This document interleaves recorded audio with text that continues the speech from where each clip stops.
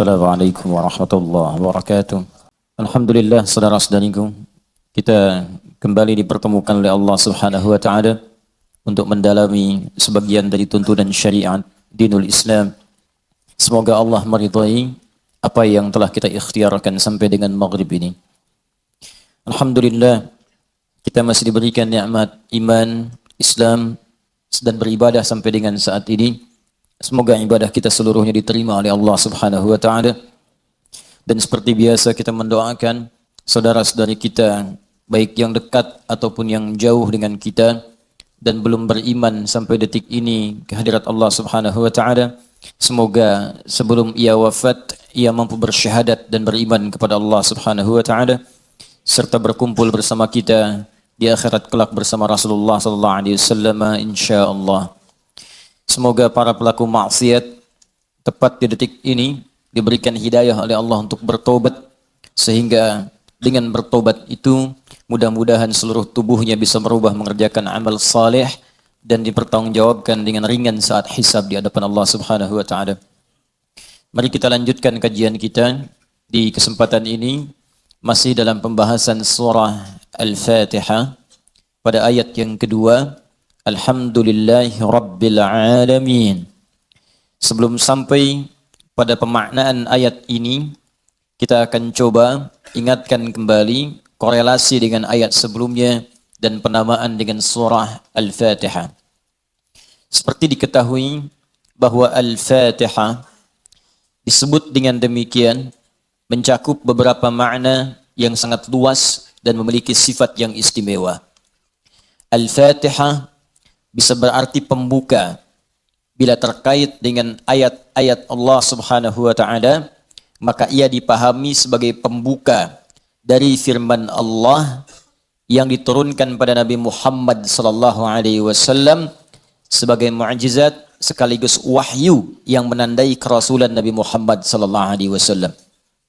Jika dikaitkan pula dengan mushaf, yaitu susunannya yang kemudian kita bacakan sampai saat ini, tertulis di antara dua jilid, berisi firman Allah Subhanahu wa taala saat dibacakan, maka Al-Fatihah disebut demikian karena ia membuka surah pertama dalam mushaf, dimulai dengan surah ini, dibuka dengan untayan-untayan di ayat ini, dan hingga diakhiri sampai dengan ke surah An-Nas.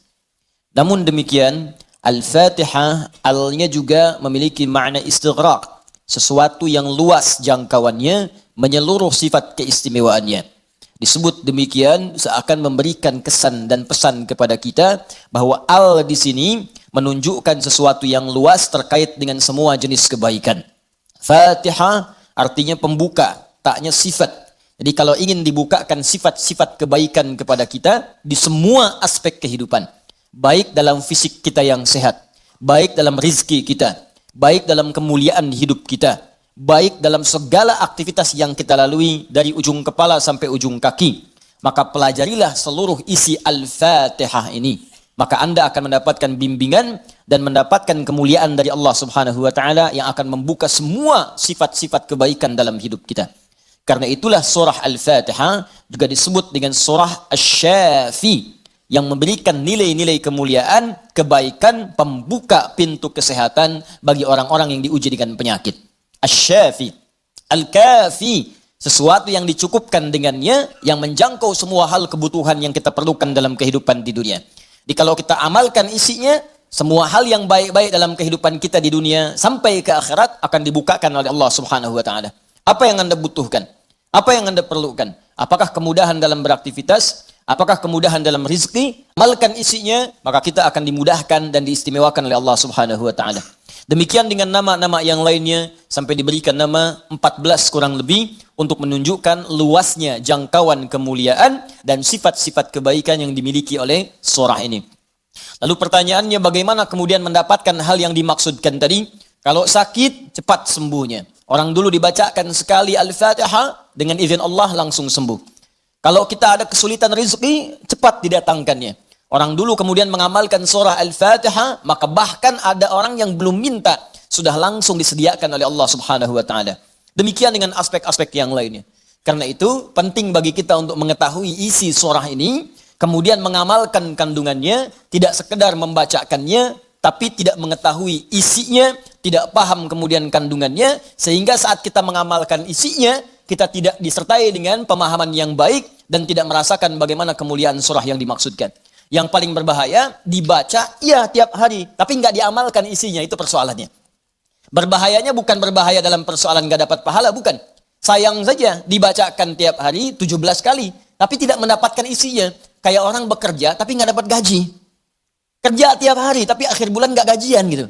Ya Allah perintahkan kita untuk membacakannya 17 kali dalam sehari. Dan menjanjikan pada kita semua jenis kemudahan dan kebaikan dalam hidup. Kita bacakan, cuman nggak dapat. Itu masalahnya. Nah persoalannya, kenapa orang tidak mendapatinya?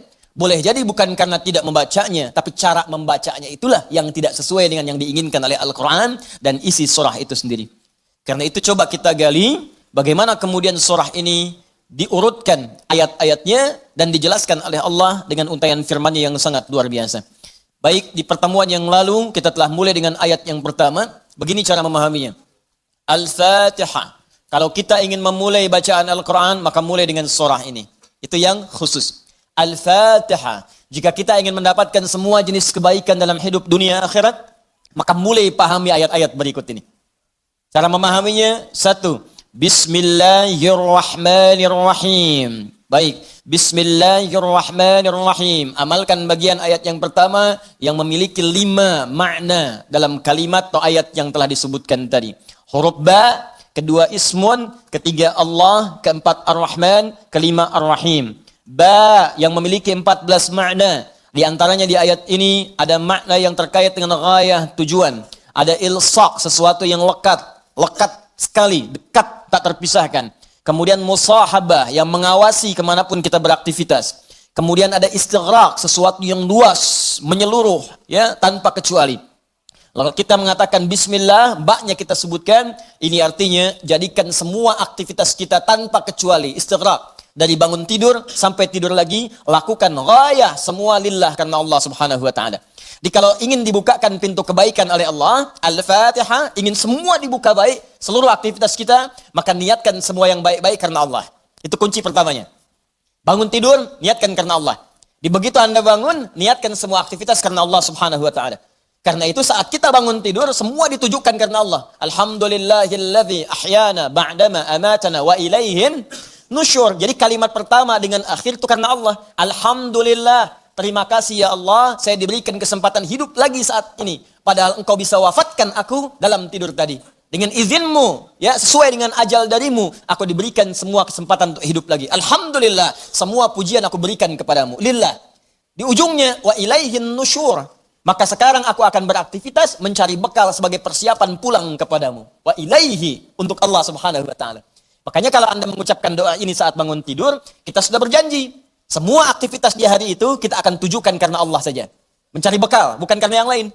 Jadi kalau Anda ucapkan doa tadi, berarti nanti makannya karena Allah, minumnya karena Allah, bekerjanya karena Allah, salatnya karena Allah, infaknya karena Allah, merawat anak karena Allah, semua karena Allah. Ghaya. Awas, hati-hati ya, hati-hati. Maka dampaknya orang yang semua aktivitasnya dilakukan karena Allah Subhanahu wa taala, maka fungsi ba yang ketiga. Satu tadi ghayah, kedua istighraq, yang ketiga ilsaq dan musahabah. Lekat dan diawasi oleh Allah. Kalau dulu kita contohkan orang yang meniatkan semua aktivitas karena Allah, maka yang kedua rumusnya rasakan seakan-akan aktivitas itu diawasi oleh Allah Subhanahu wa taala dengan pengawasan yang lekat seperti lem yang menempel, yang menyatukan dua sisi. Ya, mau minum, rasakan diawasi oleh Allah. Bismillah, minum, lakukan karena Allah. Maka mohon maaf, ketika minum Anda dikerjakan karena Allah dan merasa diawasi oleh Allah, ini kuncinya. Awas, ini kuncinya. Karena ada orang yang melakukan sesuatu karena Allah, tapi nggak merasa dilihat. Nggak merasa diawasi.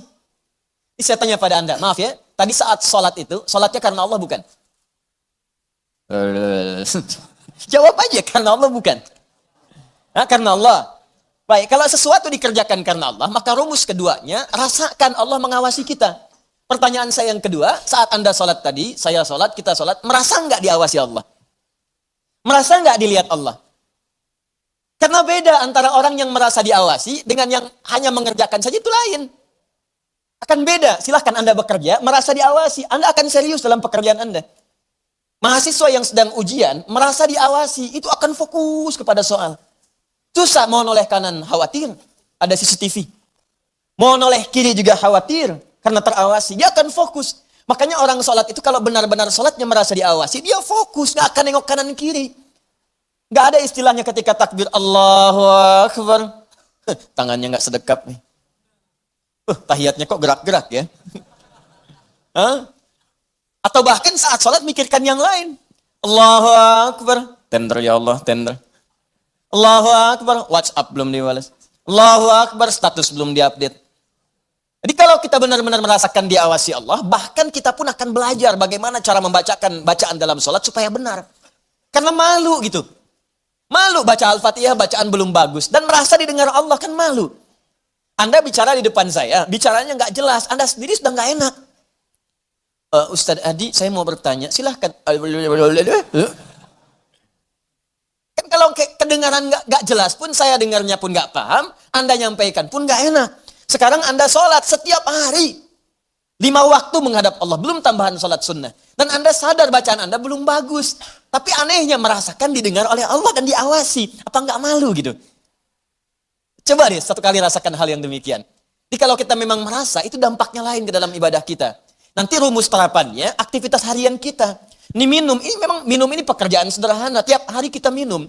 Cuman ada beda ketika minum kita itu merasa dilihat Allah. Maka saya katakan di pertemuan lalu, mustahil Anda akan menyentuh minuman yang tidak disukai oleh Allah. Mustahil. Jangankan menyentuh yang dilarang Allah. Mau minum pakai tangan kiri pun rasanya nggak enak. Pasti Anda akan pindahkan itu kepada yang lebih baik. Paham sampai sini ya? Ya sama dengan proses begini. Mencari nafkah, bekerja, dari di jalan, dari baca, berpakaian. Kalau semua dikerjakan karena Allah, demi Allah saya katakan, mustahil dalam pekerjaan bisa mudah menyentuh yang diharamkan oleh Allah. Gak mungkin. Gak mungkin mau terima proyek yang haram, itu mustahil. Mustahil ikutan tender yang haram, mustahil. Mustahil menjerumuskan diri pada yang tidak disukai oleh Allah. Karena merasa disukai, dilihat Allah. Dan merasa diawasi, jadi mustahil. Dusta itu mustahil. Bohong itu mustahil. Korupsi mustahil. Nyogok gak mungkin. Bukan karena perkara takut orang lihat, karena Allah mengawasi kita. Makanya dulu, sahabat tuh ketika diajarkan seperti itu, bahkan anak-anak kecil, jangankan yang tinggal di kota, di ujung yang paling dalam di padang Sahara, yang sulit ada orang setiap waktu, yang kalau lewat cuman kambing gurun dengan unta, Anda bayangkan. Lewat kambing gurun, unta, kambing gurun, unta, kambing gurun, unta. Tapi perhatikan bagaimana mereka mengamalkan huruf ba dalam Bismillahirrahmanirrahim. Diuji oleh sahabat Umar bin Al-Khattab radhiyallahu ta'ala anhu. Lewat padang pasir, kelihatan anak muda sedang menggembala. Saat menggembala itu, menggembala kambing, ditanya oleh Umar, diuji. Kata Umar, saya mau beli sebagian dari kambingmu itu. Kata orang ini bukan punya saya, punya tuan saya. Punya tuan saya. Kata Umar, tuanmu kan gak ada di sini, ini padang pasir yang luas, orang yang gak ada. Beli aja, bilang, dimakan serigala. Apa kata penggembala ini? Lalu di mana Allah? Idzan fa'ain Allah. Bayangkan penggembala saja di padang pasir yang orang yang nggak ada, yang gampang saja bilang ini dimakan serigala, dapat keuntungan banyak gitu. Ya, luar biasa. Yang dia katakan pertama kali bukan sekedar menolak, nggak mau takut ketahuan sama tuan, takut ketahuan sama pemiliknya, takut tidak. Pertama kali jawaban yang keluar, idzan aina Allah. Lalu Allah di mana? Allah di mana? Demi Allah saya katakan hakul yakin kalau setiap muslim merasakan dalam dirinya bahwa dia diawasi oleh Allah Subhanahu wa taala, maka lurus, damai, tenang, tentram dan baik semua urusan kehidupan. Enggak ada penipuan dalam perdagangan, enggak ada penipuan dalam hal-hal interaksi kehidupan. Tidak ada kecurangan, tidak ada keburukan, semua baik karena merasa dilihat oleh Allah Subhanahu wa taala. Itu baru huruf ba. Baru ba. Coba tiap hari kita baca itu. Satu huruf ini aja. Mohon maaf ya, selama hidup kita udah diamalin belum? Satu huruf ini aja. Ayo suami sama istri, berapa kali berkata hal-hal yang tidak tepat? Istri terhadap suami, berapa kali menerangkan sesuatu yang tidak tepat? Anak pada orang tua kepada anak. Walaupun hal-hal yang ringan, Papa mau permen, nanti Papa beliin 1 truk. Kapan truknya datang? Ini huruf ba saja satu gitu. Anda menuntut banyak dari Allah, tapi Allah meminta kita mengamalkan 1 huruf aja, kita nggak maksimal. Coba lihat tuntutan kita setiap hari. Ya Allah lancarkan usahaku. Ya Allah luluskan dalam kuliahku. Ya Allah mudahkan pernikahanku. Ya Allah berkahi hartaku. Ya Allah lancarkan pekerjaanku. Banyak yang diminta, sembuhkan aku. Kata Allah, aku berikan semuanya. Amalin satu aja, huruf ba. Ba.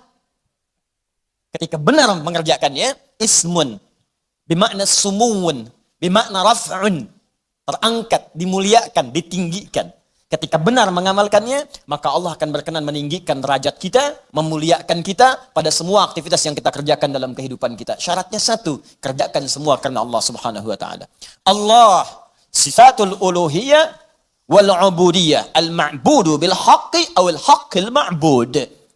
Bukan sekedar menunjukkan aktivitas karena Allah saja, tapi lekatkan dua sifat saat mengerjakannya. Saya mau minum ya. Saya ucapkan bismillah. Bukan sekedar merasakan Allah mengawasi kita saja, tapi rasakan yang mengawasi kita punya sifat uluhiyah, sifat ketuhanan. Ini Tuhan saya. Allah. Gambarannya begini, maaf ya, gambarannya begini. Pimpinan saja, pimpinan di kampus, rektor mengawasi ujian Anda serius. Pimpinan di kantor, mudir, direktur utama mengawasi Anda begitu serius. Pengawas saat Anda bekerja. Maaf, di sekolah, di SD, di SMP, di SMA ada pengawas, maka semua guru-guru serius. Semua serius. Sekarang yang mengawasi kita bukan makhluk lagi. Pencipta rektor, pencipta direktur, pencipta kemudian pengawas, pencipta semuanya. Jauh di atas mereka semua. Maka orang-orang yang merasakan langsung Allah, Tuhan yang mengawasi saya, maka setidaknya keseriusan itu lebih bertambah daripada sebelumnya. Itu poinnya. Dirasakan saat Anda mengerjakan sesuatu, langsung Allah yang mengawasi saya nih, bukan yang lain. Di saat bekerja, rasakan Allah yang mengawasi saya. Saya nggak peduli, ada manajer, nggak ada direktur, terserah. Ada supervisor, tidak ada supervisor, terserah. Yang penting Allah mengawasi saya. Itu poin pertama. Awas, ini perkaranya ringan nih. Ya. Kelihatannya sedikit kecil, ringan. Tapi dampaknya besar si Allah Subhanahu wa ta'ala. Jika benar kita mengerjakannya dengan menuhankan Allah, dan merasakan pengawasan Allah Subhanahu wa taala, maka nanti lihat dua terakhir di bagian penutup ayat tadi. Yang kedua, sifat ubudiyah. Ayat yang sering gagal di sini. Haqqul ma'bud wal ma'budu bil haqq. Yang berhak untuk disembah dan yang disembah dengan yang sebenar-benarnya. Saya jelaskan di pertemuan yang lalu. Ya, siapa dia? Allah. Sifat dari nama Allah yang kedua adalah sifat yang menjadikan semua aktivitas kita niatkan sebagai ibadah karena Allah yang dipertuhankan tadi. Jadi kalau mau minum, bukan sekedar minum. Niatkan karena Allah sebagai ibadah. Kalau mau makan, niatkan karena Allah sebagai ibadah. Mau berpakaian, niatkan karena Allah sebagai ibadah. Makanya orang-orang yang berpakaian yang niatnya ibadah, gak akan cari pakaian yang ngebuka aurat. Katanya karena Allah, tapi pakaiannya aurat terbuka. Coba akhwat deh yang di bawah. Bu, ya. Coba deh ibu lihat. Bismillahirrahmanirrahim. Pakainya memang bismillah, tapi rambutnya tersingkap. Jilbabnya nggak dikenakan gitu. Lalu di mana Allah pada saat mengucapkan bismillah itu? Kok bisa ke masjid pakai mukena ditutup, keluar dari situ pakai rok lagi? Ustadz lihat, tidak. Cuman ya gimana gitu. Ya. Kebayang nggak? Pernah menemukan yang seperti itu? Tuh. Ya kok bisa gitu kan, di luar pakai rok, begitu masuk masjid kemudian ditutup semuanya. Kenapa Pak? Ibu kenapa ditutup? Mau sholat Pak. Terus kalau sholat ditutup, iya kenapa? Kan menghadap Allah. Lalu Allah itu cuma ada di masjid. Allah cuma ada di musola. Idan fa'in Allah. Sholat itu kan melatih kita untuk merasa dekat dengan Allah. Makanya disebut sholat. Coba lihat sini. Fokus, kelihatan nggak? Enggak. Nih, sholat. As-salah. Ini. Lihat baik-baik ya. Fokus dikit saya terangkan agak panjang. Ini asal katanya. Kalau kita gali ke dasar-dasar yang paling awalnya. Ini nanti dari kata silatun. As-silah. Kata kerjanya dari wasala. Yasilu silatan. Wasalatan. Sesuatu yang tersambung erat. Sulit dipisahkan. Silah, sesuatu yang tersambung erat, sulit dipisahkan. Pernah dengar kata ini? Silaturahim. Ya, kami kumpul-kumpul saat ini untuk mengeratkan silaturahim. Silah itu sudah erat.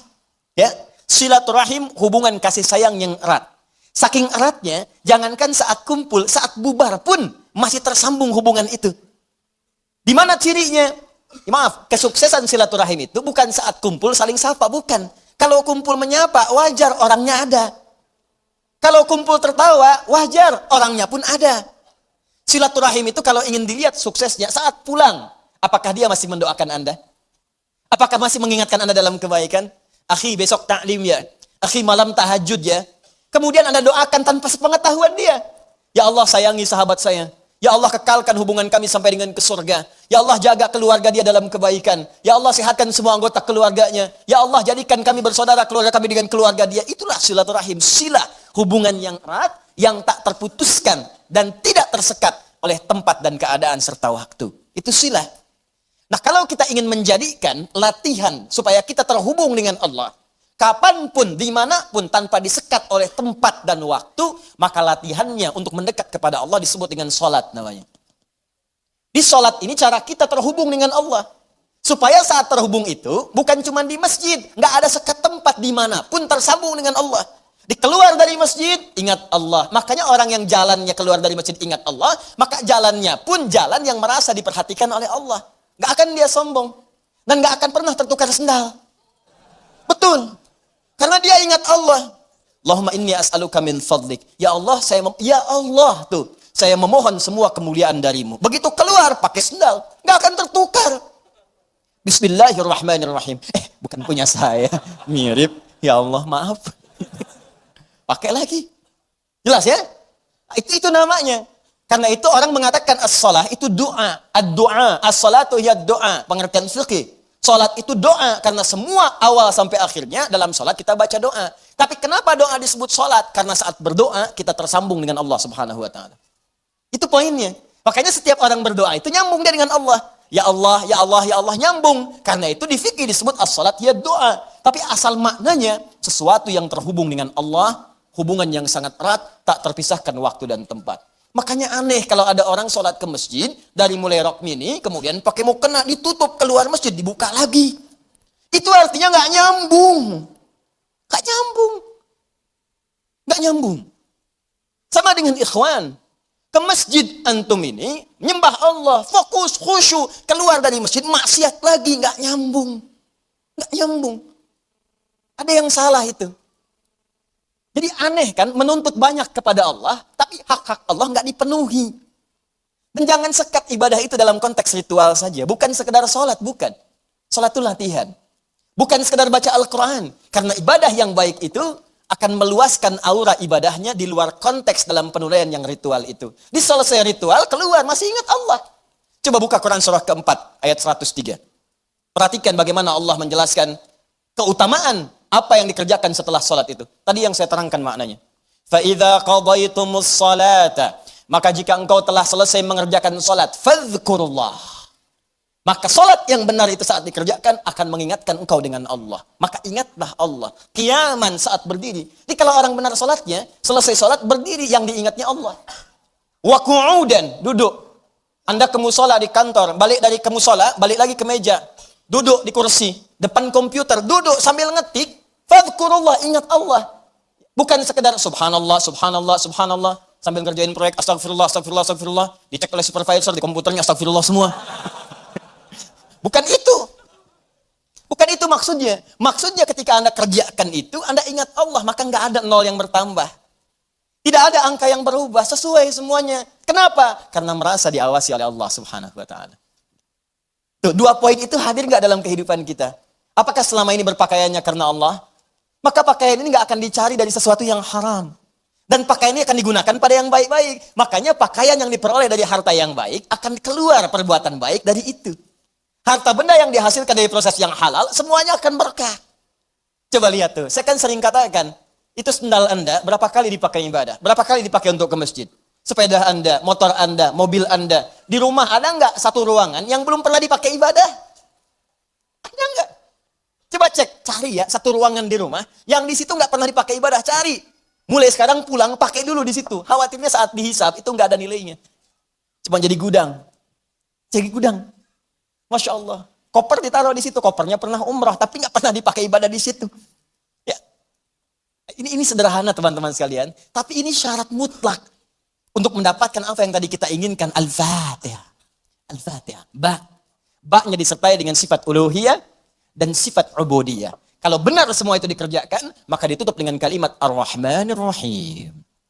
Makanya Ar-Rahmanir Rahim harakatnya kasrah ikut kepada Allahnya, sifatnya. Silakan cek. Bismillahirrahmanirrahim. Enggak ada a, enggak ada u. I. Silakan lihat. Bismillahirrahmanirrahim. Ada? Hah? Ar-Rahman itu na'at. Awas, na'at kepada sifat sebelumnya man'ut Allah. Di ilmu nahwu, sifat mausuf, na'at man'ut. Siapa yang disifati? Allah. Siapa yang diman'uti? Allah. Di na'atnya Ar-Rahman. Sifatnya Ar-Rahman. Mausufnya Allah. Dan sifat mausuf nggak terpisahkan. Paham? Tidak.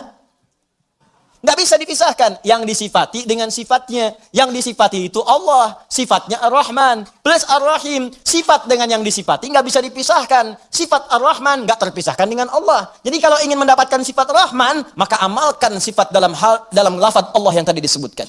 Ingin mendapatkan kemuliaan dalam Rahman, maka amalkan dua sifat yang melekat pada kalimat Allah. Uluhiyah, kemudian ubudiyah. Pertuhankan Allah dan lakukan semua pekerjaan sebagai ibadah. Maka semua urusan dunia yang baik-baik Allah buka. Sifat Allah yang memberikan semua kemuliaan dunia disebut dengan Rahman. Nanti semua yang kita kerjakan karena ibadah punya bekal akhirat. Bismillahirrahmanirrahim. Minum. Alhamdulillah. Contoh. Nah, dituliskan ini. Karena diucapkan Bismillahirrahmanirrahim ada kemudahan, berkah, memberikan kekuatan dunia. Tapi poin terbesarnya, begitu disebutkan Bismillahirrahmanirrahim, dituliskan pahala akhiratnya. 10 poin. Maka saat pulang ke akhirat nanti, dibukalah semua hasil pekerjaan dunia kita yang jadi ibadah. Sifat Allah yang memberikan kepada kita balasan dari akhir pahala tadi, disebut dengan Rahim namanya.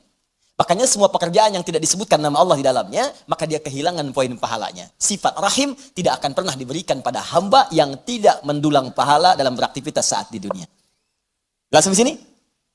Nah, karena itu tolong jangan sampai dunianya banyak, akhiratnya nestapa nanti. Jangan sampai dunianya kaya, akhiratnya fakir. Coba saya tanya deh di sini. Pilih mana? Kaya dunia, fakir akhirat, atau fakir dunia, kaya akhirat? Benar.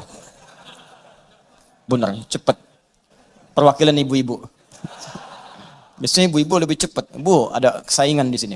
Ya kaya dunia, kaya akhirat. Rabbana atina fid dunya wa fil akhirati wa qina adzabannar. Itu poinnya. Jadi kerjakan semua karena Allah. Ini kelihatan ringan, tapi kalau diamalkan akan ada perbedaan dalam kualitas kehidupan kita. Sekarang bagian yang pentingnya, ini yang kita sambungkan ke ayat yang kedua. Setelah kita mengerjakan semua karena Allah itu, dan Allah berikan apa yang dijanjikan tadi. Ya Allah, saya ingin mudah bekerja. Bismillahirrahmanirrahim. Ternyata diberikan. Ya Allah, besok saya ingin ujian. Bismillahirrahmanirrahim. Ternyata lulus. Ya Allah, besok saya akan lamaran. Bismillahirrahmanirrahim. Diterima lamarannya. Ya Allah, besok saya akan menikah. Bismillahirrahmanirrahim. Lancar akadnya. Lantas apa yang harus kita lakukan setelah Allah berikan semua itu untuk bisa mengabadikan nikmat yang diberikan tadi atau bertambah dari yang sebelumnya? Maka itu yang akan kita bahas setelah menunaikan salat Isya nanti pada ayat yang kedua. Alhamdulillahi Rabbil Alamin. Kita jeda untuk menunaikan salat Isya berjamaah. Subhanakallahumma bihamdika asyhadu an la ilaha illa anta astaghfiruka wa atubu ilaik. Assalamualaikum warahmatullahi wabarakatuh. Assalamualaikum warahmatullahi wabarakatuh. Alhamdulillah. Wassalatu wassalamu ala Rasulillah wa ala alihi wa sahbihi wa man wala wa ba'd. Saudara-saudariku, kita telah menunaikan salat Isya berjamaah. Semoga salat kita diterima oleh Allah Subhanahu wa taala. Kita lanjutkan kembali bahasan kita dan saya mengajak kita semua untuk mempraktekkan apa yang telah kita bahas. Minimal yang pertama, kita niatkan pelajaran kita ini sebagai ibadah karena Allah Subhanahu wa taala. Dan silahkan yang menemukan kelapangan di setiap tempat, kalau masih ada ruang, silahkan bisa berbagi sehingga tidak terlampau nanti lelah untuk berdiri. Kemudian yang kedua, jika menemukan tempat silahkan bisa langsung duduk dan menyesuaikan. Ya, dulu orang banyak berdiri untuk menunggu kendaraan di terminal, nunggu bis berdiri, nunggu kereta berdiri. Sekarang Masya Allah di majlis ta'lim ada yang berdiri. Mudah-mudahan itu pertanda kebaikan-kebaikan insya Allah. Ya. Cuman kelamaan berdiri juga nggak baik. Boleh diluaskan ya. Tapi kalau sudah tidak memungkinkan di tempat Anda mendapatinya, di situ Anda duduk. Ya, kecuali tangga dan toilet. Ya bisa geser sedikit. Baik, orang yang menjadikan aktivitasnya semua karena Allah, ditujukan karena Allah, maka dalam mengerjakannya dia akan menerapkan dua sifat yang melekat pada nama Allah Subhanahu wa taala. Pertama adalah sifat uluhiyahnya, rasakan saat mengerjakan itu diawasi oleh Allah Subhanahu wa taala sebagai Tuhan yang menciptakan kita dan akan yang menanyai kita di hari kiamat saat kita kembali kepadanya. Yang kedua, sifat ubudiyah kita kepada Allah, jadikan pekerjaan kita itu sebagai ibadah karena Allah Subhanahu wa taala.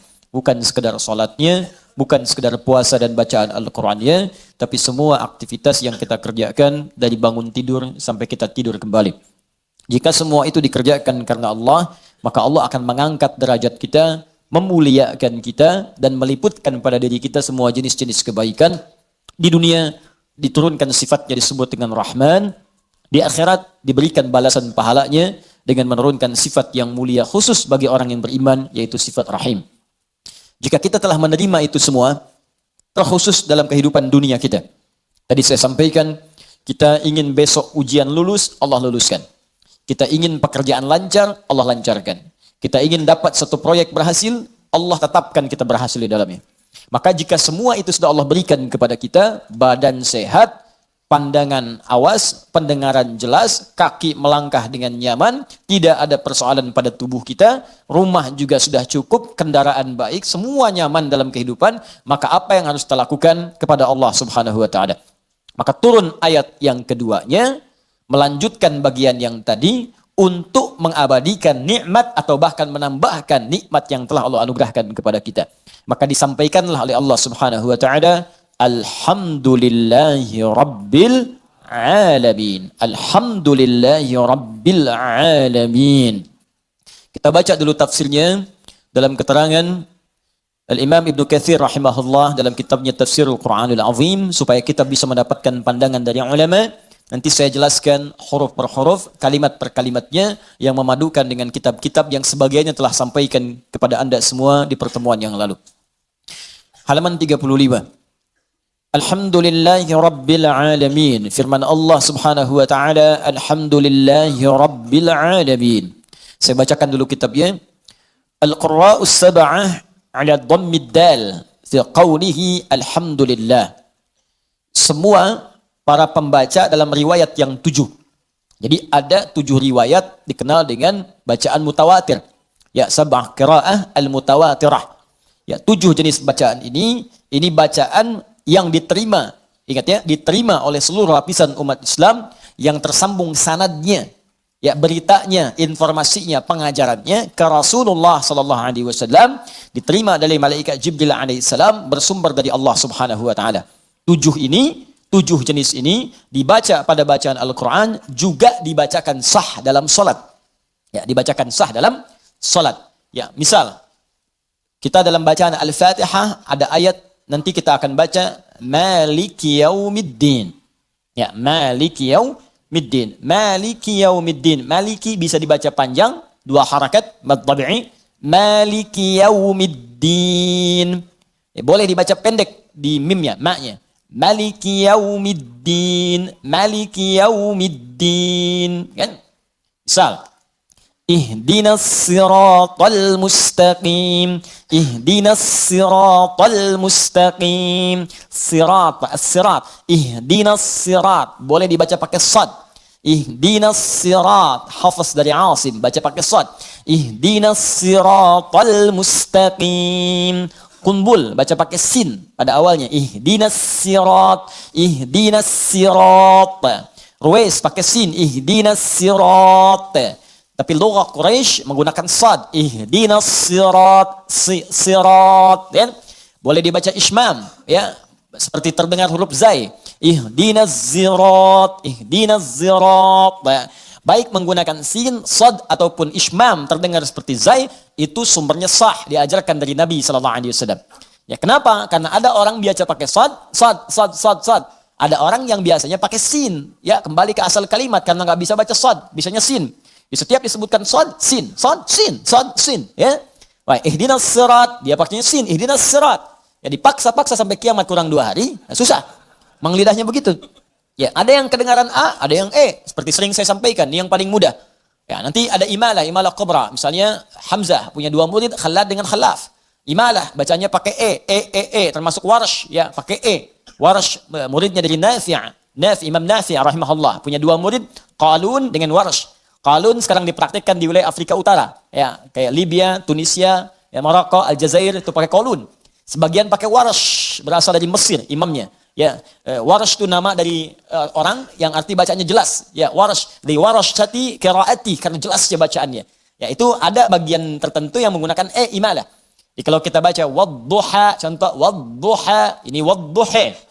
Ya, wadduha wal laili idza saja ma wadda'aka rabbuka wa ma qala walal akhiratu khairul laka minal ula. Itu yang kita baca, hafaz dari Asim. Ya, jadi kalau kita baca dengan menggunakan imalah, wadduha wal laili idza saja ma wadda'aka rabbuka wa ma qala walal akhiratu khairul laka minal ula. A jadi E. Ya, A jadi E itu loghah. Ya, biasa. Ada riwayatnya mutawatir sampai Nabi SAW. Apakah maknanya berubah? Tidak. Karena ada penduduk tertentu di wilayah-wilayah Arab itu yang kalau dibacakan A, dia E bilangnya. Lahja itu. Karena E saja penggunaan kesehariannya, menggunakan E. Ya, kaifa halu, kaifa halik. Ya, ana, ani, anta, inti. Madrasah. Ya, mungkin Betawi dari situ belajarnya. Ya. Sudus aneh ente. Nah, itu dari sana. Sekarang bagian Syria, Palestina sebelah sana, Irak, Mosul sana itu pakai E, imalah banyak. Karena itu riwayatnya menggunakan E. Ya, karena mereka terbiasa dengan itu. Jadi kalau dipaksa-paksa pakai A pun susah.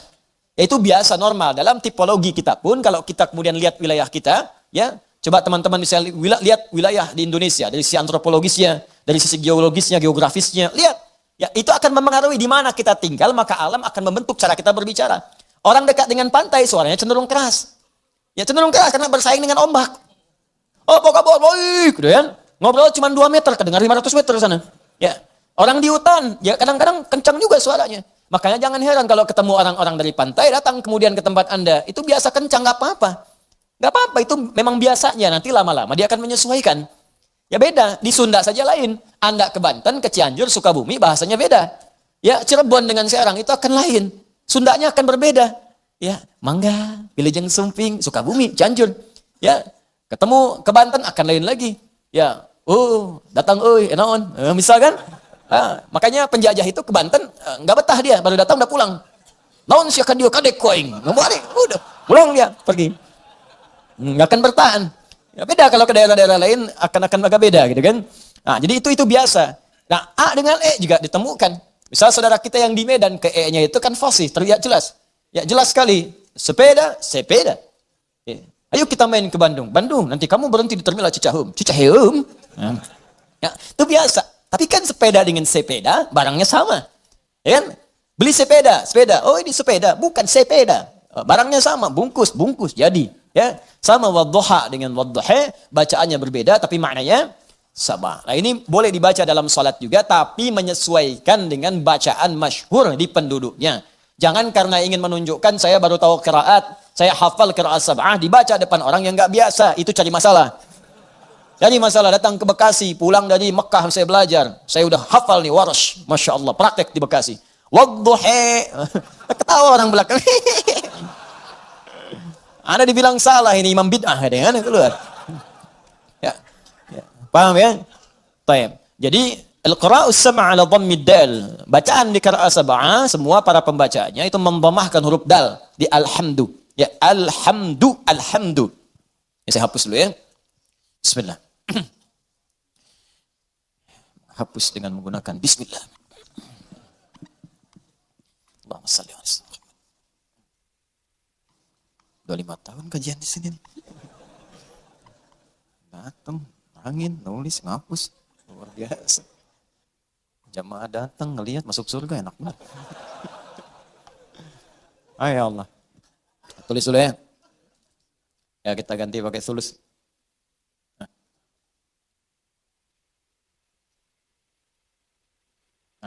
Ya. Alhamdulillah. Ini khat thuluth namanya. Ya, ada diwani, ada thuluthi, ada naskhi. Ya. Yang terbaru Saka namanya. Saka Hoyong.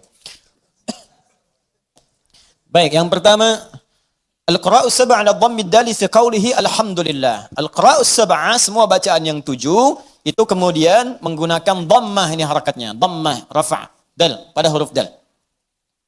Dibacaannya alhamdulillah. Ya, kalau saya sempurnakan coba tambahkan dulu untuk nasakh ya supaya bisa mudah dibaca. Alhamdulillahi rabbil alamin.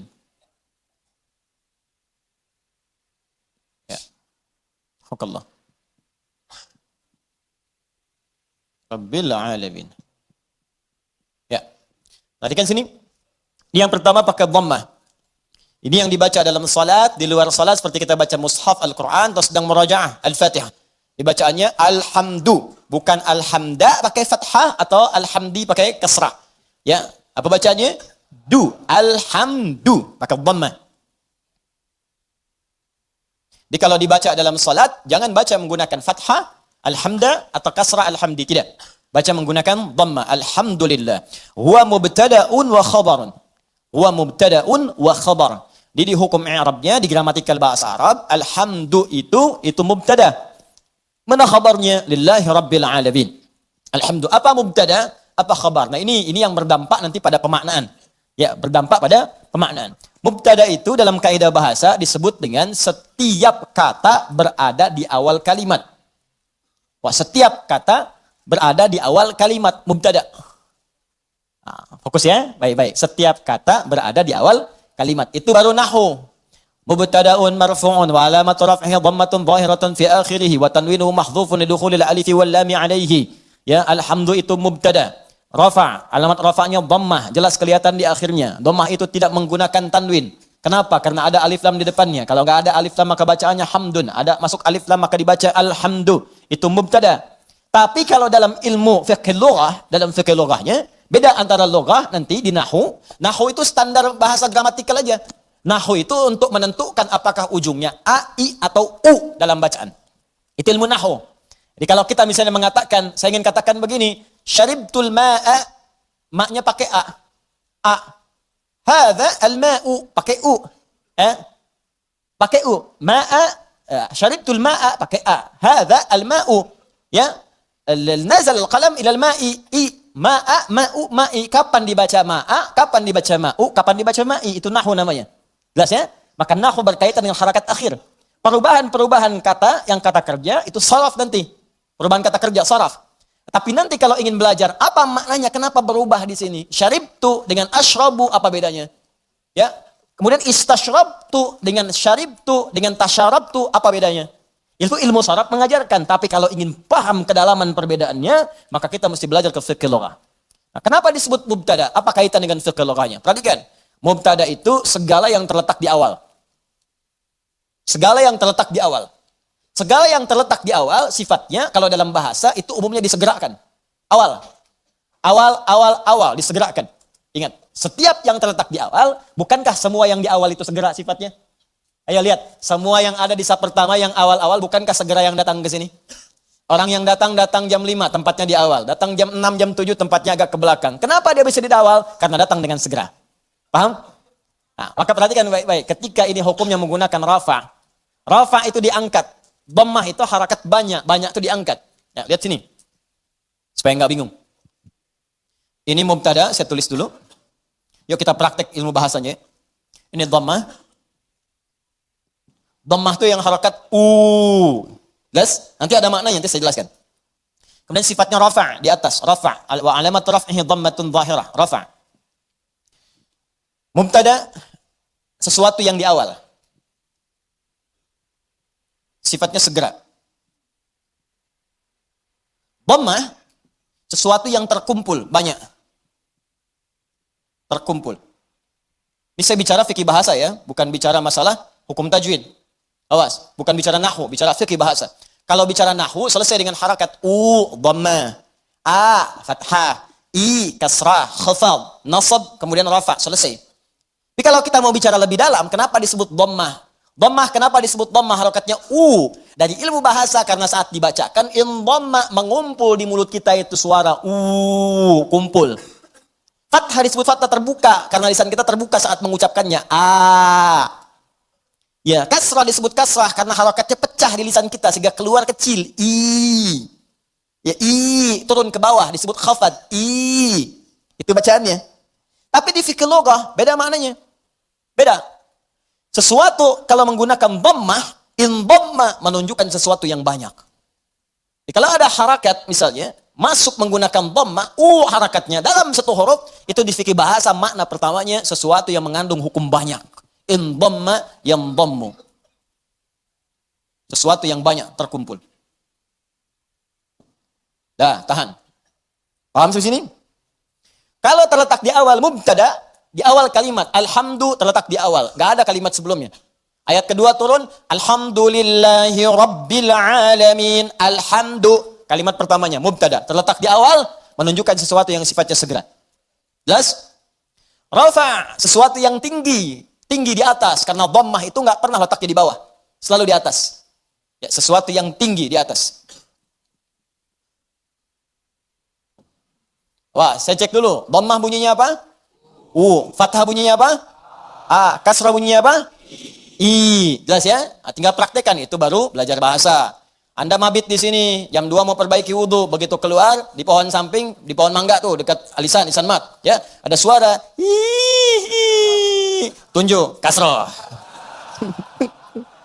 Emang saya takut kasroh ya. Dia berubah, bilang fathah.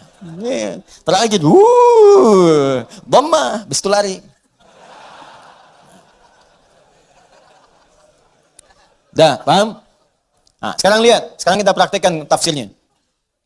Ketika menggunakan dhammah disebut dengan mubtada, perhatikan, alhamdu, sifatnya mubtada, hukumnya disegerakan. Maka kalau Anda sedang mendapatkan nikmat dari Allah Subhanahu wa taala, Rahman, nikmat sehat, nikmat rizki, harta benda, nikmat keluarga, nikmat kenyamanan hidup, maka bersegeralah untuk memuji Allah Subhanahu wa taala. Syukur kepadanya. Maka Anda ucapkan alhamdu, sifatnya disegerakan untuk kita menjadikan sifat syukur kita kepada Allah setelah menerima nikmat. Ini hukum umum. Bukankah Anda kalau saya berikan sesuatu, Anda seketika mengucapkan ucapan? Apa ucapannya? Terima kasih. Ya, saya berikan sesuatu, Anda ucapkan pada siapa? Terima kasih. Ya kan? Anda terima, Anda ucapkan, saya kasih, Anda terima. Begitu saya berikan, terima kasih. Ya kan? Terima kasih Ustaz. Sekarang Allah berikan pada kita. Allah berikan pada saya, Allah berikan pada Anda, Allah berikan pada kita. Nikmat, kebutuhan, rizki, segalanya. Setelah kita menerima itu, apa yang harus kita lakukan? Maka Allah ajarkan kepada kita. Alhamdulillah. Cepat, segera. Jangan tunda, jangan diakhirkan. Begitu terima, syukur pada Allah. Alhamdulillah. Alhamdulillah. Jelas di sini? Makanya kalimat alhamdulillah ini, itu dalam bacaan tafsir bisa dibaca dengan A. Bisa dibaca dengan A. Untuk menegaskan. Dari mana taunya Ustaz? Teruskan bacaannya. Waruya an Sufyan ibn Uyainah wa Ru'bah ibn al-Ajjaj annahuma qala alhamdulillahi bin nasbi wa huwa ala idmari fi'lin.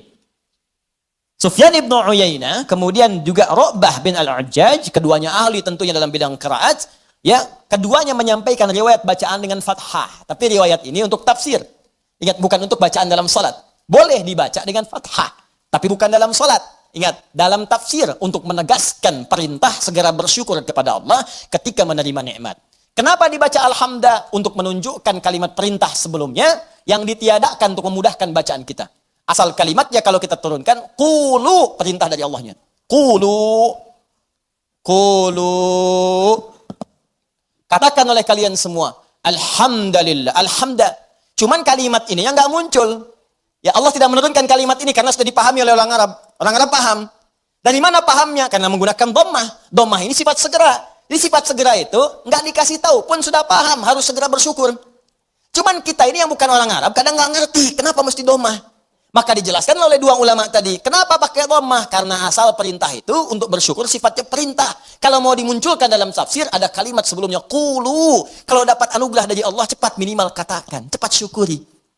Kalau orang Arab gak perlu itu lagi. Makanya ketika Quran diturunkan dengan bahasa Arab, tidak menggunakan kata qulu lagi. Saking pahamnya orang Arab dengan itu. Cukup dengan kalimat, alhamdulillahi rabbil alamin. Paham? Maka kalimat yang pertama, ini perintah dari Allah Subhanahu wa taala, kalau sudah mendapatkan nikmat yang tadi, nikmat diberi, nikmat sehat, nikmat rezeki, nikmat macam-macam, maka adab yang pertama dari kita terhadap Allah Subhanahu wa taala, berterima kasihlah kepada Allah Subhanahu wa taala dengan semua nikmat yang telah diberikan itu. Kalimat pertama yang kita ucapkan, segera bersyukur kepada Allah dengan kalimat alhamdulillahi rabbil alamin. Maka kalau ada sesuatu kita dapatkan, adab yang pertama, saya tulis ya, adabnya nanti ada 3. 1, ucapkan kalimat tahmid. Awas, nanti ada kaitan nih dengan penambahan nikmat. Anak lulus ujian, alhamdulillahi rabbil alamin. Ya, proyek dapat, alhamdulillahi rabbil alamin. Ya, dapat tempat pertama, alhamdulillahi rabbil alamin. Dagangan habis di luar dagangan habis, alhamdulillahi rabbil alamin. Ya, ta'lim lancar, alhamdulillahi rabbil alamin. Dapat traktiran teman, alhamdulillahi rabbil alamin. Dapat tumpangan pulang, alhamdulillahi rabbil alamin. Alhamdulillah. Adab yang pertama. Jadi sudah adab, antum aja manusia ngasih langsung terima kasih. Masa Allah ngasih tiap hari kita ucapkan alhamdulillah. Itu adab pertama. Awas, hati-hati. Nanti kalimat ini ringan diucapkan, tapi dampaknya besar. Kita akan lihat nanti korelasi dengan ayat yang selanjutnya. Pelan-pelan, sebentar di sini. Paham sampai sini? Baik, jadi pertama, saya ulangi lagi. Saat kita kemudian mendapatkan semua anugerah dari Allah berupa nilai-nilai kebaikan, maka adab yang pertama, bersyukurlah kepada Allah dengan mengucapkan apa? Alhamdulillahi rabbil alamin. Baik, adab yang kedua. Fokus. Perhatikan baik-baik. Bukankah di kalimat alhamdulillah ini ada alif lam? Ingat ya? Ada apa? Alif lam. Saya sering katakan kepada kita semuanya, pada diri saya, pada Anda, pada kita semua. Alif lam pada umumnya terbagi 2 bagian, 2 fungsi. Masih ingat? 1, ma'rifah. Lam ta'rif. Menunjukkan sesuatu yang khusus. Yang kedua, istighraq. Alif lam al-istighraq, menunjukkan sesuatu yang sifatnya luas menyeluruh. Semua, segala, tanpa kecuali. Ta'rif, qalamun, spidol, pena, pulpen, qalamun, al-qalam, yang ini bukan yang lain.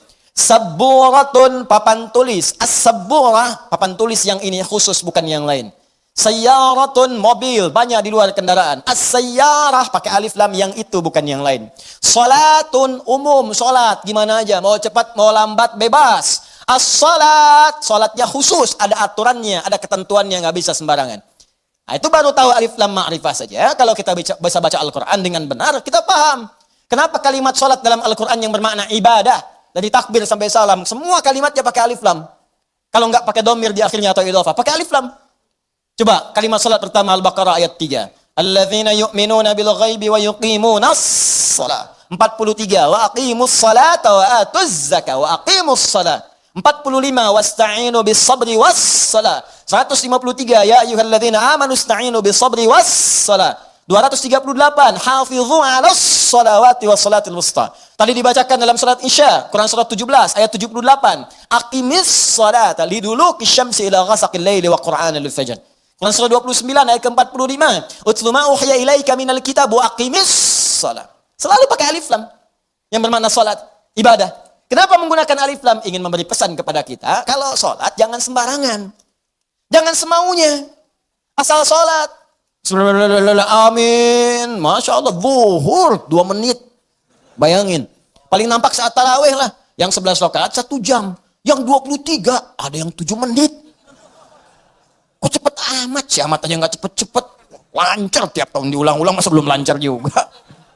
Lancar sih iya, tapi kan Nabi juga nggak begitu, John.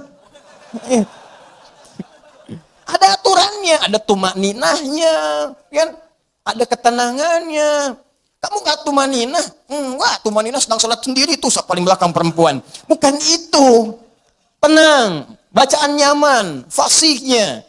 Kan ada harakatnya, ada tajwidnya, ada sifatnya, ada makhrajnya, ada ketenangannya, ada doanya. Itu aturan, pakai alif lam. Ya, itu ma'rifah. Istighraq menunjuk pada yang luas tanpa ada kecualinya. Semua dicakup. Dan semua yang terdapat, tidak ada satu pun tersisa untuk yang lain. Semua tercakup.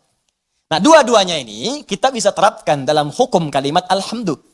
Yang pertama, alhamdu. Kalau Anda ingin mengucapkan terima kasih, syukur kepada Allah Subhanahu wa taala, maka khususkan semua syukur itu hanya milik Allah saja. Jangan mengambil bagian darinya. Jadi kalau sudah merasakan semua karena Allah, ini kan yang ngasih Anda selamat Allah. Yang ngasih anak Anda lulus bisa hafal Quran itu Allah. Yang bisa menjadikan Anda sukses dalam pekerjaan Allah. Kalau nggak berkehendak nggak bisa. Anak kerja sampai bertahun-tahun, sampai banting tulang, banting kepala, banting kaki, banting apapun. Semua dibanting. Kalau Allah nggak berkehendak nggak akan jadi. Dan kita sadar karena Allah. Maka dari itu ketika kita mendapatkan adab pertamanya, bersyukur terima kasih pada Allah. Khususkan pada Allah. Jangan ngambil bagian dari situ. Karena kita meyakini apa yang kita dapatkan semua sumbernya dari Allah. Paham? Nah, makanya jangan melibatkan diri kita. Ini adab keduanya. Jangan melibatkan diri kita saat kita ingin bersyukur dan mengucapkan terima kasih kepada Allah atas nikmat yang diterima. Contoh, Bu, ya. Ya karena ibu kan nggak langsung di sini, ibu ada di bawah. Dan pemirsa teman-teman yang bergabung, ini kami khusus ruang atas untuk ikhwan, laki-laki. Ya, jangan ada yang pakai cadar di sini, ingat. Awas, begitu dibuka kumisan, tidak. Ini untuk ikhwan. Ya, bawah akhwat, ada bagian khusus. Coba deh ibu atau antum, ikhwan ya, sering kemudian mengantar anak, ujiannya bagus, hafal Al-Quran, bagus. Pernah sering ada yang berucap begini, Masya Allah, ukhti, luar biasa ya anaknya bisa hafal Quran. Ya Allah, akhi, Masya Allah, luar biasa, nilai antum sempurna. Akhi, Masya Allah, pekerjaan antum luar biasa bagus, beda dengan yang lain-lain sebelumnya. Pernah ada orang kadang memuji seperti itu? Nah, saat muncul kalimat itu sadari, ini titipan dari Allah. Barangkali ada yang belum kita syukuri. Kita belum sempat terima kasih nih sama Allah nih. Atau diuji, sadar nggak bahwa itu tuh pemberian Allah. Kalau Allah berkehendak, bukan anak kita yang hafal, anak orang lain. Cuma dititipkan pada anak kita untuk menguji apakah kita ini mampu nggak bersyukur kepada Allah. Mampu nggak menyerahkan urusan kita kepada Allah. Sadar nggak bahwa Allah yang kasih. Makanya orang tua yang baik ketika mendapati anaknya hafal Al-Quran misal, juara pertama di sekolahnya. Dipuji oleh orang lain, gurunya bahkan mengatakan, ibu Masya Allah anaknya luar biasa, pintar, cepat pahamnya. Alhamdulillahirrabbilalamin. Ini semua karena Allah Subhanahu wa ta'ala. Adab pertama. Nah, tapi kalau sudah mengucapkan itu, hukum alif lam ma'rifah berlaku. Khususkan hanya pada Allah, kita jangan ngambil bagian dari situ. Kalau ngambil bagiannya, maka berkurang sifat pujiannya. Ibu Masya Allah anaknya luar biasa bu, cepat pahamnya. Hafalan Qurannya sempurna. Yang lain 2 tahun, dia 2 bulan dah hafal. Masya Allah. Alhamdulillahirrabbilalamin. Semua karena Allah Subhanahu wa ta'ala. Ya memang saya juga tiap hari sih ngasih. Saya dampingi, terus malam didoain. Cek tahajud, sujud. Kalau cek mau bisa begitu. Habis tuh. Jelas ya? Jadi jangan ambil bagian dari situ. Jadi kalau sudah al pakai alif lam, nggak ada walaupun, meskipun, walau demikian, itu hilang. Ya, ada ikhwan misalnya kadar Allah sakit di rumah sakit. Hari pertama udah lebih baik, ditanya sering lupa nih kalimat begini. Gimana akhi? Alhamdulillah lebih baik. Ya walaupun udah nggak usah. Ya walaupun sedikit lagi, udah nggak usah pakai walaupun, meskipun, walaupun, walau demikian, itu udah hilang. Karena udah ada alif lam. Jelas ya? Udah ada alif lam. Ini tuh kayak sederhana beneran deh. Benar, serius. Ya, ba, satu huruf, cuman maknanya dalam. Alif lam. Ya, alif lam cuman al dibacanya. Tiap hari al itu banyak, tapi yang ini tuh beda. Beda dengan yang lain. Anda boleh gunakan al pada yang lain, tapi al melekat pada alhamdulillah beda. Lain dengan al pukat, lain dengan al kalin, lain dengan al yang lainnya. Beda. Jadi al di sini khusus. Ketika disebutkan al di sini, lekatkan semuanya karena Allah. Gak usah campuri pakai yang lain-lain. Makanya setan itu sering menggerakkan di hati kita pada sisi nafsu. Supaya itu dikurangi. Jadi nilai pahalanya berkurang. Bukan cuma nilai pahala, nanti saya sebutkan kalimat yang lainnya. Begitu nanti yang ini sempurna, turun nanti pernyataan dari Allah Subhanahu wa ta'ala. Begitu benar, akan datang lagi yang lebih besar dibanding yang sebelumnya. Datang, meningkat lagi, meningkat lagi, meningkat lagi. Ini yang paling dahsyat. Tapi hukum yang kedua ini mesti berlaku. Jadi begitu ada pujian, ada apapun, ucapkan apa? Alhamdulillahirrabbilalamin. Tutup bagian diri kita yang ingin maju ke depan. Sudah. Tapi, kenapa tapi Pak? Tapi semua ini dari Allah. Tidak ada peran saya sedikit pun di sini. Jelas sampai sini? Time. Dan al berlaku yang kedua yaitu istighraq pada semua jenis kenikmatan yang kita raih. Ya, awas hati-hati, jangan cuma di satu sisi saja. Awas hati-hati, hati-hati. Lupa kita itu. Dapat yang terasa materi, alhamdulillah. Iya. Alhamdulillah. Dapat proyek, dapat promosi, alhamdulillah. Keturunan, alhamdulillah. Alhamdulillah. Tapi lupa. Bukankah mata ini kadang dirawat oleh Allah untuk tidak sakit? Berapa kali bersyukur dengan nikmat mata ini? Berapa kali bersyukur dengan nikmat telinga yang jelas terdengar? Berapa kali bersyukur dengan nikmat kaki yang bisa melangkah? Anda berharap-harap hebat dapat proyek segala rupa, diuji oleh Allah, sakit kaki aja, nggak bisa berangkat kerja, hilang tuh. Jutaan, ratusan ribu, sekian, sakit, hilang. Cuman kaki aja satu. Kena duri aja, ya, dah. Telinga nggak berfungsi sedikit, pusing, capek. Mata, kena gangguan, proyek nggak bisa kelihatan, susah. Berapa kali kita bersyukur dengan semua nikmat ini? Kadang kita bersyukur dengan segala hal yang kita dambakan dan belum kita pegang, tapi kita lupa dengan semua nikmat yang telah Allah anugerahkan pada kita dan melekat pada jasad kita. Maka dari itu dipaksa kita untuk mengucapkan kalimat ini setiap selesai salat. Supaya ingat banyak nikmat yang telah Allah berikan pada kita, walaupun kita berharap-harap yang lain yang belum tentu kita butuhkan. Kalau bahasa yang lainnya mungkin, ini nikmat banyak yang kamu butuhkan, saya berikan. Itu aja belum disyukuri, kamu minta yang lain. Itu aja belum mampu nyukurin, kenapa minta yang lain? Yang belum tentu kita butuh, belum tentu kita perlukan. Makanya setelah kita subhanallah, subhanallah, subhanallah, subhanallah, makna salat apa yang diucapkan? Alhamdulillah, alhamdulillah, alhamdulillah, alhamdulillah, alhamdulillah. Supaya sadar telah banyak nikmat yang kita peroleh, yang kadang kita menuntut banyak hal yang belum tentu kita butuhkan, tapi kita telah mendapatkan limpahan rahmat yang telah kita perlukan selama hidup kita. Jelas? Nah, bagian terakhir, adab yang ketiga. Ya, adab pertama, ucapkan tahmid. Ya, satu. Adab yang kedua, jangan mengambil bagian. Atau kita bisa tegaskan dengan kalimat, tujukan khusus kepada Allah. Khusus kepada Allah. Jadi jangan mengambil bagian dari tahmid kita itu. Saya naikkan ke atas sebagai adab kepada Allah. Dalam semua nikmat yang Allah berikan kepada kita. Baik terasa ataupun yang belum terasakan. Ya, yang terasa sifatnya ini yang kita dapati dalam kehidupan kita. Yang belum terasakan, yang kadang-kadang kita ikhtiar baru kita peroleh. Jangan bedakan semuanya. Semua setiap kita dapati, alhamdulillah. Makanya kalau berzikir pasca sholat, jangan cuma di lisan. Saat alhamdulillah itu, kaitkan dengan nikmat yang telah kita dapatkan. Ini begitu mengucapkan alhamdulillah, alhamdulillah, alhamdulillah. Bayangkan mata sehat, telinga sehat, kaki sehat, hati sehat, pikiran sehat, bening semuanya. Ya, anak sehat, semua sehat, istri sehat, suami sehat. Alhamdulillah, alhamdulillah. Makanya bersyukurnya nikmat. Tapi nggak ada yang nyampe ke hati gitu. Nggak ada yang nyampe. Coba deh ucapkan pelan-pelan. Alhamdulillah, alhamdulillah, alhamdulillah. Rasakan. Itu tenang ke hatinya itu. Enak gitu. Zikir yang terasa itu nikmat ke hatinya. Dan ada ketenangan dalam jiwa kita. Ada getaran. Ada getaran tersendiri. Enak rasanya itu. Ada sentuhan ke hati kita. Ya, sentuhlah ia tepat di hatimu. Maka ia akan jadi milikmu untuk selamanya. Ya. Sentuh. Maka bacakan zikirmu dengan bahasa hatimu sehingga terjadi koneksi antara hati dengan lisanmu. Catat dulu, mana dulu. Bacakan.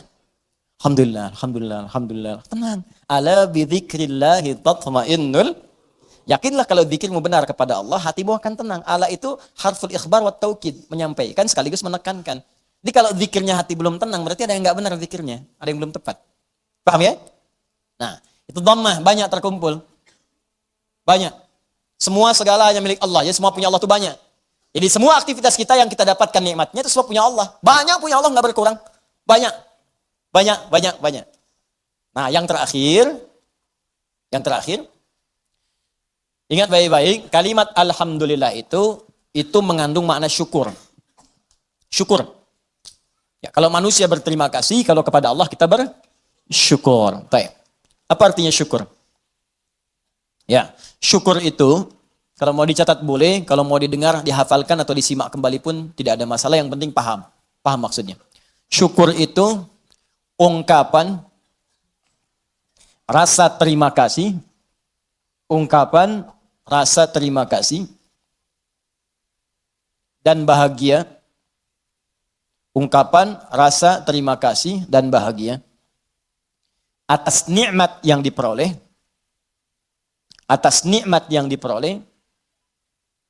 dengan cara menggunakan nikmat itu sesuai dengan ketentuan yang telah Allah tetapkan. Sesuai dengan ketentuan yang telah Allah tetapkan. Sesuai dengan ketentuan yang telah Allah tetapkan. Sudah? Baik. Ungkapan terima kasih atau bahagia dan bahagia atas nikmat yang diperoleh dengan cara menggunakan nikmat itu sesuai dengan ketentuan yang telah Allah tetapkan. Baik. Awas, ini kalimat singkat tapi isinya padat dan akan sangat berdampak dengan kuantitas. Ya, peningkatan nikmat setelahnya yang akan kita peroleh dari Allah Subhanahu wa taala. Kalau syukurnya benar, maka nanti limpahan nikmat berikutnya akan semakin bertambah. Perhatikan baik-baik. Awas, ini bagian ketiga ini yang sering gagal. Di syukur ini, adab pertamanya alhamdulillah, betul. Begitu menerima, alhamdulillah. Adab keduanya, tujukan semua karena Allah. Tapi di adab yang ketiga, ini yang paling penting, dan tidak sedikit orang gagal di sini. Jangan cukupkan syukur pada kalimat alhamdulillah. Tapi optimalkan nikmat yang diraih itu sesuai fungsinya yang telah Allah tetapkan. Misal, Allah kasih pada kita nikmat sehat di mata, melihat jelas. Kita bisa bedakan objek, ini laki-laki, ini perempuan. Ini peci putih, ini peci yang hijau. Ini peci biru, ini peci yang hitam. Bahkan yang paling nikmat, paling besar, kita bisa membedakan nikmat hak dan batil. Nikmat halal dan haram. Ini halal, itu haram. Baik, ini hak, ini batil. Jujur itu hak, dusta itu batil. Mencari dengan yang benar, itu hak, korupsi itu haram, batil. Itu nikmat luar biasa. Ini tayangan yang hak, ini yang batil. Baik, ketika kita dapatkan semua nikmat itu, maka syukuri. Maka cara mensyukurinya, tempatkan, gunakan mata ini, nikmat mata, untuk melihat sesuai dengan apa yang telah Allah tetapkan. Apa fungsi mata yang telah Allah tetapkan? Bukan sekedar melihat. Saya sering sampaikan, dalam Al-Quran, fungsi mata itu bukan sekedar melihat. Untuk manusia diikat dengan kalimat, melihat yang baik-baik. Bahkan tegas kalimat Qurannya, palingkan ketika yang dilihat itu tidak baik menurut Allah. Ini nggak baik nih, palingkan. Di mana ditemukannya? Di Quran surah ke-24, An-Nur. Ayat berapa Ustaz? Ayat 30 untuk laki-laki. Apakah perempuan ikut? Ikut, bahkan harus. Ayat 31-nya perempuan.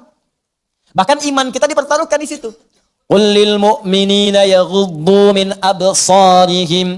Katakan pada pria-pria yang masih merasa punya iman, kalau nggak punya iman, ya nggak masalah. Karena imannya nggak ada, maka nggak ada rem dalam dirinya. Karena iman nggak ada, maka nggak ada petunjuk pada hatinya. Di hati itu ada iman. Kata Allah, kalau hatinya ada iman, maka iman itu akan merambat ke seluruh anggota tubuhnya. Saat dia naik ke mata, yaghuddu min absarihim, maka imannya akan menunjukkan apa yang harus dilihat oleh matanya. Ketika yang dilihat itu tidak benar menurut imannya, maka dia akan palingkan dari pandangan itu. Nah, jadi kalau ingin mensyukuri nikmat mata, pakai mata ini untuk melihat yang benar-benar. Yang baik-baik menurut Allah. Itu tandanya kita bersyukur dengan nikmat. Dan tanda yang kedua, iman kita masih ada. Masih kuat. Jadi kalau kita mengatakan alhamdulillah nikmat mata, tapi mata dipakai pada yang tidak benar. Itu bukan syukur namanya. Apalagi pas diucapkan, pas dilihat yang nggak benar. Gambar apa ini? Ini nih, nggak benar nih gambar nih. Alhamdulillah. Nah, alhamdulillah pandangan pertama, selanjutnya kan nggak boleh. Kalimatul haq, yuradu bihal batil. Ya, kalimatnya benar cuma ditempatkan di tempat yang salah. Paham? Jadi coba cek deh. Katanya alhamdulillah, tapi mata masih dipakai pada yang tidak baik. Berapa kali Anda melihat gambar yang tidak tepat saat membuka status? Saat mengupdate status? Saat melihat browsing, searching, berita di internet? Saat membuka handphone, berapa kali iklan tampil? Kemudian mata kita bisa mengelak dengan cepat. Pindahkan pandangan. Itu baru satu. Belum telinga. Nikmat telinga, gunakan telinga sesuai dengan fungsi yang telah Allah tetapkan. Kata Allah, jangan dengar yang tidak baik. Ya ayyuhalladzina amanu, hai orang-orang masih merasa punya iman, la yaghtab ba'dukum ba'dha, jangan dengarkan gibah. Jangan bergibah, jangan dengarkan gibah. Jangan bikin acara gibah, jangan jadi pelaku gibah. Sekarang dikemas jadi acara TV. Itu yang repot, gibah. Ya, bikin situ tulisan. Memang kadang-kadang gini, kalau maksiat itu jangan dikemas-kemas. Semakin dikemas kelihatannya semakin bagus. Dijualnya jadi menarik. Bikin aja title yang langsung tunjukkan pada tingkat maksiatnya. Ya. Jadi kalau ada tayangan-tayangan gosip, langsung antum sebarkan berita, tayangan gibah. Gitu aja. Sebarin untuk yang lain, share. Tayangan gibah. Terus turunkan ayat Quran di bawahnya. Khusus bagi orang Islam. Islam saja supaya nggak jadi tersangka nanti. Gampang. Udah. Paham ya? Nah, gitu aja, nanti hilang sendiri. Ya, jadi dan jangan jadi pelakunya, katanya muslim tapi jadi pelaku gibah. Aneh. Jelas ya, iman kita dipertaruhkan di situ. Tuh, itu baru mata, ke telinga, belum ke lisan. Ya lisan pakai untuk apa? Bicara yang benar. Makanya Nabi itu mengikat dua saja. Maaf. Man kana yu'minu, iman lagi tuh. Man kana yu'minu billahi wal yaumil akhir falyaqul khairan aw liyasmut. Siapa yang masih merasa beriman pada Allah dan hari akhir. Kenapa ada hari akhir? Menunjukkan hisab. Dihisab. Wafat dihisab.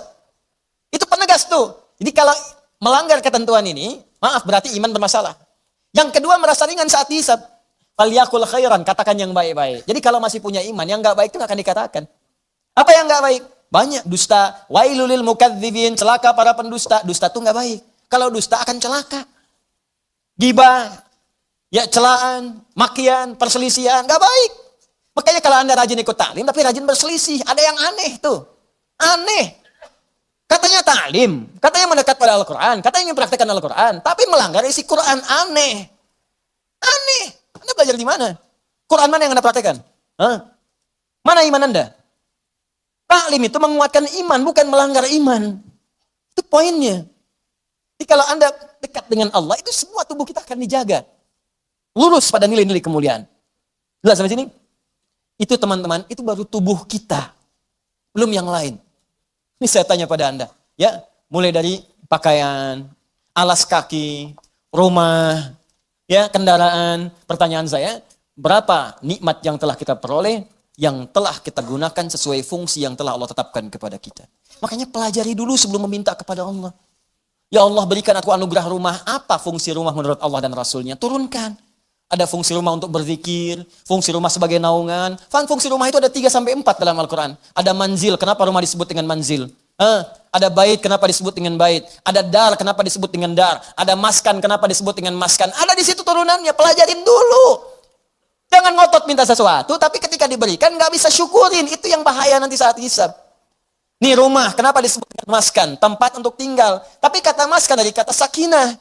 Sakinah itu sesuatu yang tenang, tentram. Ciptakan ketentraman di rumah, ciptakan ketenangan di rumah. Kalau sudah punya rumah, bikin suasana tenang di rumah. Jangan di rumah ribut terus. Di rumah berselisih terus. Kalau Anda di rumah tiap hari ribut, artinya kurang syukur Anda kepada Allah. Orang yang nggak punya rumah, belum dapat amanah rumah, masih ngontrak, ada yang numpang tinggal, dia hidupnya tenang. Masa Anda yang dikasih nggak tenang? Padahal tempatnya disebut maskan, tempat untuk tenang. Ustadz, kenapa saya nggak tenang? Karena Anda nggak belajar turunan dari maskan. Maskan itu sifatnya sakinah. Sakinah itu dibawa ke rumah tangga. Ayatnya Quran 30, surah 30 ayat 21. Pelajari ayatnya. Di situ ada sakinah. Sakinah dapat, mawadah turun. Mawadah turun, rahmat dapat. Di situ disingkat sakinah, mawadah, rahmah. Disingkat jadi samara. Dibawa ke dapur jadi sambara. Itu. Ini kan pernikahan seperti sayembara, tebak-tebakan. Anda mendapatkan samara, tapi Anda tidak menggali hikmahnya. Bagaimana bisa meraihnya?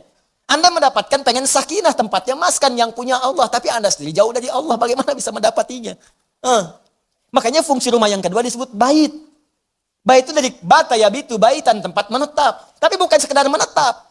Karena dalam Al-Quran ketika disebutkan bait, sesuatu yang mendekatkan diri dengan Allah. Makanya Ka'bah disebut bait. Quran surah ketiga ayat 96. Inna awwala baitin wudi'a linnasi alladhi bibakata mubarakah. Sungguh rumah pertama yang ditetapkan untuk manusia itu apa? Ka'bah yang terletak di Mekah yang diberkahi. Kenapa Ka'bah disebut dengan bait? Untuk menunjukkan setiap fungsi bait itu menghadap ke arah Ka'bah. Kenapa disebut menghadap ke Ka'bah? Untuk menunjukkan ketaatan kita kepada Allah. Ibadah. Diturunkan di hadis Nabi. Pakai zikir. Rumah yang tidak digunakan untuk berzikir seperti kuburan, sepi. Bukan sekedar zikirnya, karena dengan zikir itu kita menjadi lebih dekat dengan Allah. Ketika dekat dengan Allah, rahmat turun. Begitu Joni cara memahaminya. Ini rumah dibangun-bangun, diluas-luas, tapi jauh dari Allah. Ya gimana bisa nyaman tinggal di rumah? Luasin. Silahkan aja luasin. Kandang ayam juga luas. Main ke Subang tuh banyak kandang ayam. Kandang ayam juga luas. Apa bedanya rumah Anda dengan kandang ayam? Apa beda rumah Anda dengan Ragunan? Ragunan juga luas tuh, kandang singa luas begitu. Luas. Apa bedanya? Bedanya pakai zikir. Zikir. Apa itu zikir? Banyak di Quran. Salat zikir, Quran surah 20 ayat ke-14. Wa aqimi sholata li dzikri, baca Quran zikir, Quran surah ke-15 ayat 9. Inna nahnu nazzalna dzikra wa inna lahu lahafizun. Bacaan subhanallah alhamdulillah kalimat thayyibah zikir, Quran surah ke-4 ayat 103. Asmaul husna zikir, Quran surah kedua ayat 152. ditafsirkan dengan Quran surah ke-17 ayat ke-110. Doa itu zikir. Quran surah ke-7 ayat 205. Menghafal Quran zikir. Quran surah ke-54 ayat 17, ayat 22, ayat 32, ayat 40. Kenapa nggak dihidupkan di rumah tuh begitu? Zikir. Semua, ayo coba deh. Dengan istri menghafal, kan? Masya Allah. Nggak apa-apa sambil bercanda. Setelah itu, berlomba. Nggak apa-apa. Mama, sayang, Masya Allah. Tahu nggak bedanya keramik sama kamu? Wah, gitu. Nggak tahu, Pak. Kalau keramik, makin lama, makin antik. Kalau kamu, makin lama, makin cantik. Catat. Oh, Bapak bisa aja. Bukan karena bisanya, tapi kecantikan itu memudar di dunia. Saya ingin semua bertahan sampai ke akhirat. Yuk, kita mulai dengan menghafal Quran. Mudah-mudahan kita mendapatkan mahkota di akhirat. Itulah kecantikan dan keindahan yang hakiki di hadapan Allah Subhanahu wa Ta'ala. Masya Allah, Masya Allah. Alim. Praktekin. Masya Allah, Masya Allah. Paham? Dibikin status.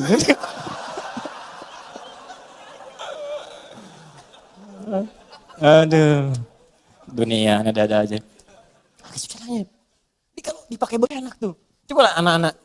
Waduh, kalau lihat anak tuh lagi kosong dia baca Quran, ini lagi main tiba-tiba baca Al-Mulk, baca Al-Qalam, baca macam-macam.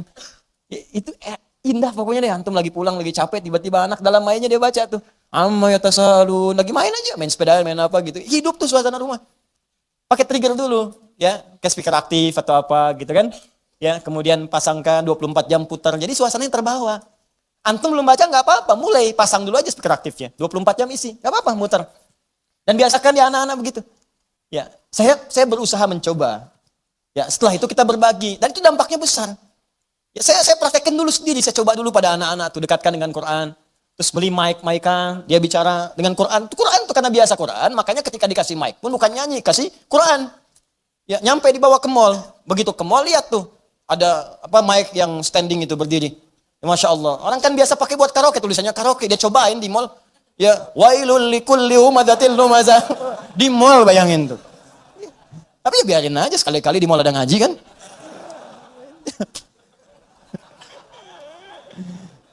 Tapi ya begitu gitu.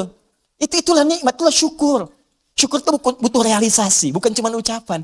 Alhamdulillah rumah kita besar, syukur aja silakan undang bagi dengan tetangga, alhamdulillah. Tapi buktikan, jangan setelah undang tetangga segala rupa, lupa lagi dengan Allah. Tuh kalau digali banyak, ada maskan, ada bait, ada dar, ada manzil. Manzil nazala, turun, manzil tempat menurunkan. Apa yang diturunkan situ? Turunkan keturunan. Makanya jangan pernah bermaksiat di luar rumah. Setelah berumah tangga ada rumah, lakukan semua hubungan di dalam rumah. Jangan maksiat di luar rumah. Ya, yang kedua menurunkan kasih sayang, menurunkan segala rahmat, menurunkan segala perhatian. Di situ berikan pada anak, pada setiap yang ada di rumah dan sebagainya. Itu baru satu. Di kadang-kadang begini, Allah udah kasih, minta yang lain, yang ini aja belum dipakai ibadah. Antum udah nyari-nyari pakaian yang lain, ini pakaian yang dipakai ini udah pernah dipakai ibadah belum? Pakai sholat, pakai ngaji, pakai macam-macam. Ini kadang-kadang begini, saya sering dapat pertanyaan, Ustaz, saya ini cari pekerjaan, nggak pernah keterima. Saya bilang, sini mas, baju ada? Ada. Makan tiap hari ada? Alhamdulillah. Kendaraan ada? Sepeda Ustaz punya? Alhamdulillah. Baik. Rumah ada? Ada Ustaz, alhamdulillah. Sudah berapa banyak yang dipakai ibadah? Sepeda sudah mengantarkan Anda pada sholat? Kadang-kadang Ustaz. Baju udah semua dipakai ibadah? Ya belum semua Ustaz. Nah, itu Anda itu begitu. Itu kan semua titipan. Setiap titipan akan ditanya. Semua orang yang dititipkan itu nggak pengen banyak. Gak ada orang titipin pengen banyak. Pengennya sedikit supaya gampang dikembalikan. Atau saat ditanya menjadi lebih mudah menjawabnya. Nah sekarang Anda aja yang dikasih oleh Allah saja titipan belum digunakan pada yang benar. Bagaimana bisa meminta yang lain? Barangkali bukan Allah belum mau ngasih. Tapi Allah menginginkan Anda maksimalkan dulu nikmat yang ini. Kalau sudah semua maksimal, jangankan Anda minta. Belum minta pun Allah bisa kirimkan yang lain. Itu poinnya. Mudah bagi Allah. Karena Allah mampu menguasai semua alam. Jangankan pengen pekerjaan, semua alam pengen dikasihkan. Jangankan menguasai, merawat semuanya. Memberikan semuanya. Ngasih, memberikan, merawat, mencukupkan, semua diberikan. Sifat yang memberikan, merawat, memenuhi semuanya tanpa kecuali. Dalam bahasa Arab disebut dengan rububiyah. Yang memilikinya disebut dengan Rabb. Karena itu kata Rabb secara tunggal, kalau tidak dilekatkan dengan kalimat lain, itu artinya nggak boleh diberikan kecuali hanya pada Allah saja. Rabb. Oh, hati-hati, Rabb. Nggak boleh manusia diberi nama dengan Rabb. Rabb, kecuali disambung dengan yang lain. Robbie Williams, kan? Nah, atau misalnya Muhammad Rabi, ya. Kalau bersambung dengan yang lain boleh. Boleh. Ya, di kisah Nabi Yusuf Quran surah 12 ayat ke-42. Ya. Wa qala lilladzi dhanna annahu najin minhuma udhkurni 'inda rabbik. Bukan Allah di situ. Ya, ketika Yusuf alaihissalam berkata kepada satu di antara dua orang yang ditakwilkan mimpinya dan dia duga dia akan berhasil keluar dari situ selamat. Ya selamat, maka dia katakan berikan pesan kepada orang ini, ya napi yang akan lolos ini, selamat ini, kata Nabi Yusuf alaihissalam, nanti sebutkan kisah saya kepada rajamu. Ya Rabb di situnya, tapi ada kaf di situ, Rabbik, bukan Rabb sendiri. Ditunjukkan kepada raja. Jelas sampai sini? Baik, itu boleh, nggak ada masalah. Nah, tapi ingat sifat Rabb, kalaupun dilekatkan dengan kalimat lain, itu tidak hanya menunjuk pada aspek kepemimpinan, tapi ada perawatan dan maslahat di dalamnya. Yuk kita baca sedikit tafsirnya. War-rabbu huwal malikul mutasarrif wa yutlaqu fil lughati ala as-sayyid wa ala al-mutasarrif lil islah wa kullu dhalika sahihun fi haqqillah ta'ala. Kata Rabb itu hanya milik Allah Subhanahu wa taala. Bermakna malik yang memiliki segalanya. Mutasarrif yang berkehendak untuk menggunakan pada apapun yang dikehendakinya pada semua yang dimilikinya. Terserah Allah. Terserah Allah. Nih, maaf ya. Maaf sekali lagi, maaf. Ini tangan punya siapa? Ya Allah. Mata punya siapa? Ya Allah. Telinga punya siapa? Nah, karena punya Allah, terserah Allah, ya Allah yang punya. Ya kan? Sekarang yang punya, nitipin ke kita supaya kita pakai. Makanya kita katakan, inna lillah, kita itu punya Allah. Inna lillahi, kita semua punya Allah. Wa inna ilaihi raji'un. Karena kita punya Allah, besok lusa kita pulang kepada Allah. Karena kita punya Allah, mata punya Allah, telinga punya Allah, tangan punya Allah, terserah Allah. Maka Allah bikin aturan. Karena kamu punya saya yang ciptakan. Nih cara menggunakan semua jasad dalam tubuhmu. Pakai sesuai petunjuk pemiliknya. Tangan gunakan begini, mata gunakan begini. Makanya kalau tangan dipakai maksiat, Allah marah yang punya. Wasariqu wasariqatu faqtu aydiyahuma. Kata Allah, tangan, saya kan suruh gunakan yang baik. Kenapa dipakai mencuri? Daripada pakai mencuri, potong aja tangannya. Yang punya marah. Saya punya motor saya titipkan pada Anda. Saya bilang pakai motor ya, pakai yang baik-baik, buat taklim, buat cari nafkah. Anda pakai motor buat maksiat, rampok orang pakai motor itu. Saya marah nggak? Marah. Motor Anda tabrak-tabrakin, bemper pengok, spion hilang, itu kan? Semua habis. Marah nggak saya? Marah. Ini tubuh kita punya Allah dipakai maksiat, ya wajar Allah marah. Perangkat hidup punya Allah dipakai maksiat, ya wajar Allah marah. Malikul mutasarrif. Makanya kata yang memiliki dan mengatur semuanya sesuai dengan kehendaknya itu Rabb namanya. Kalau kalimat itu diambil untuk sifat keteladanan kepada makhluk misal manusia, maka tambahkan kalimat lain. Rabbul bait yang merawat rumah. Ya, Rabbud daulah yang merawat pemerintahan. Kenapa disebut Rabb? Supaya dengan perawatan itu memberikan maslahat. Makanya para pemimpin baik di rumah tangga ataupun aspek yang lebih luas lagi, kalau dia memimpin tapi tidak mengarahkan pada yang lebih baik, besar pertanggungjawabannya di hadapan Allah Subhanahu wa taala. Tinggi itu. Awas, hati-hati. Hati-hati. Dan itu berat di hadapan Allah Subhanahu wa taala. Nah, kita tutup kalimatnya, alhamdulillahi rabbil alamin. Kata Allah, kenapa menggunakan kata Rabb? Rabb itu sifat memberi tanpa batas, sifat merawat dengan sempurna. Kalau engkau bersyukur kepadaku, menggunakan semua nikmat yang telah aku berikan sesuai dengan perintahku dan fungsinya, maka aku akan tambahkan lagi bagi kalian. Tambahkan lagi. Dan aku akan rawat kalian beserta nikmat-nikmat itu, sehingga semua nikmat terpakai dalam hidup kalian. Itu yang disebut dengan berkah. Dapat gaji 100.000, semuanya tergunakan dalam manfaat. Kan ada orang dapat 1 miliar sebulan, tapi nggak ada manfaatnya, habis. 100 juta 3 hari habis. 200 juta sepekan habis, tapi manfaatnya nggak kerasa. Aduh, kadang-kadang kasihan. Kasihan banget. Dapat gaji 100 juta, sepekan habis. Pakai nonton burung, pakai nonton kuda doang. Kuda lewat, bayar 20 juta, cuma lihat kuda doang. Masya Allah. Pakai ini, pakai itu, jalan sini, dia sini nggak menikmati. Kalau berkah nggak apa-apa, makin banyak makin berkah. Banyak beri orang lagi, beri lagi, sedekah lagi, berkah nggak apa-apa.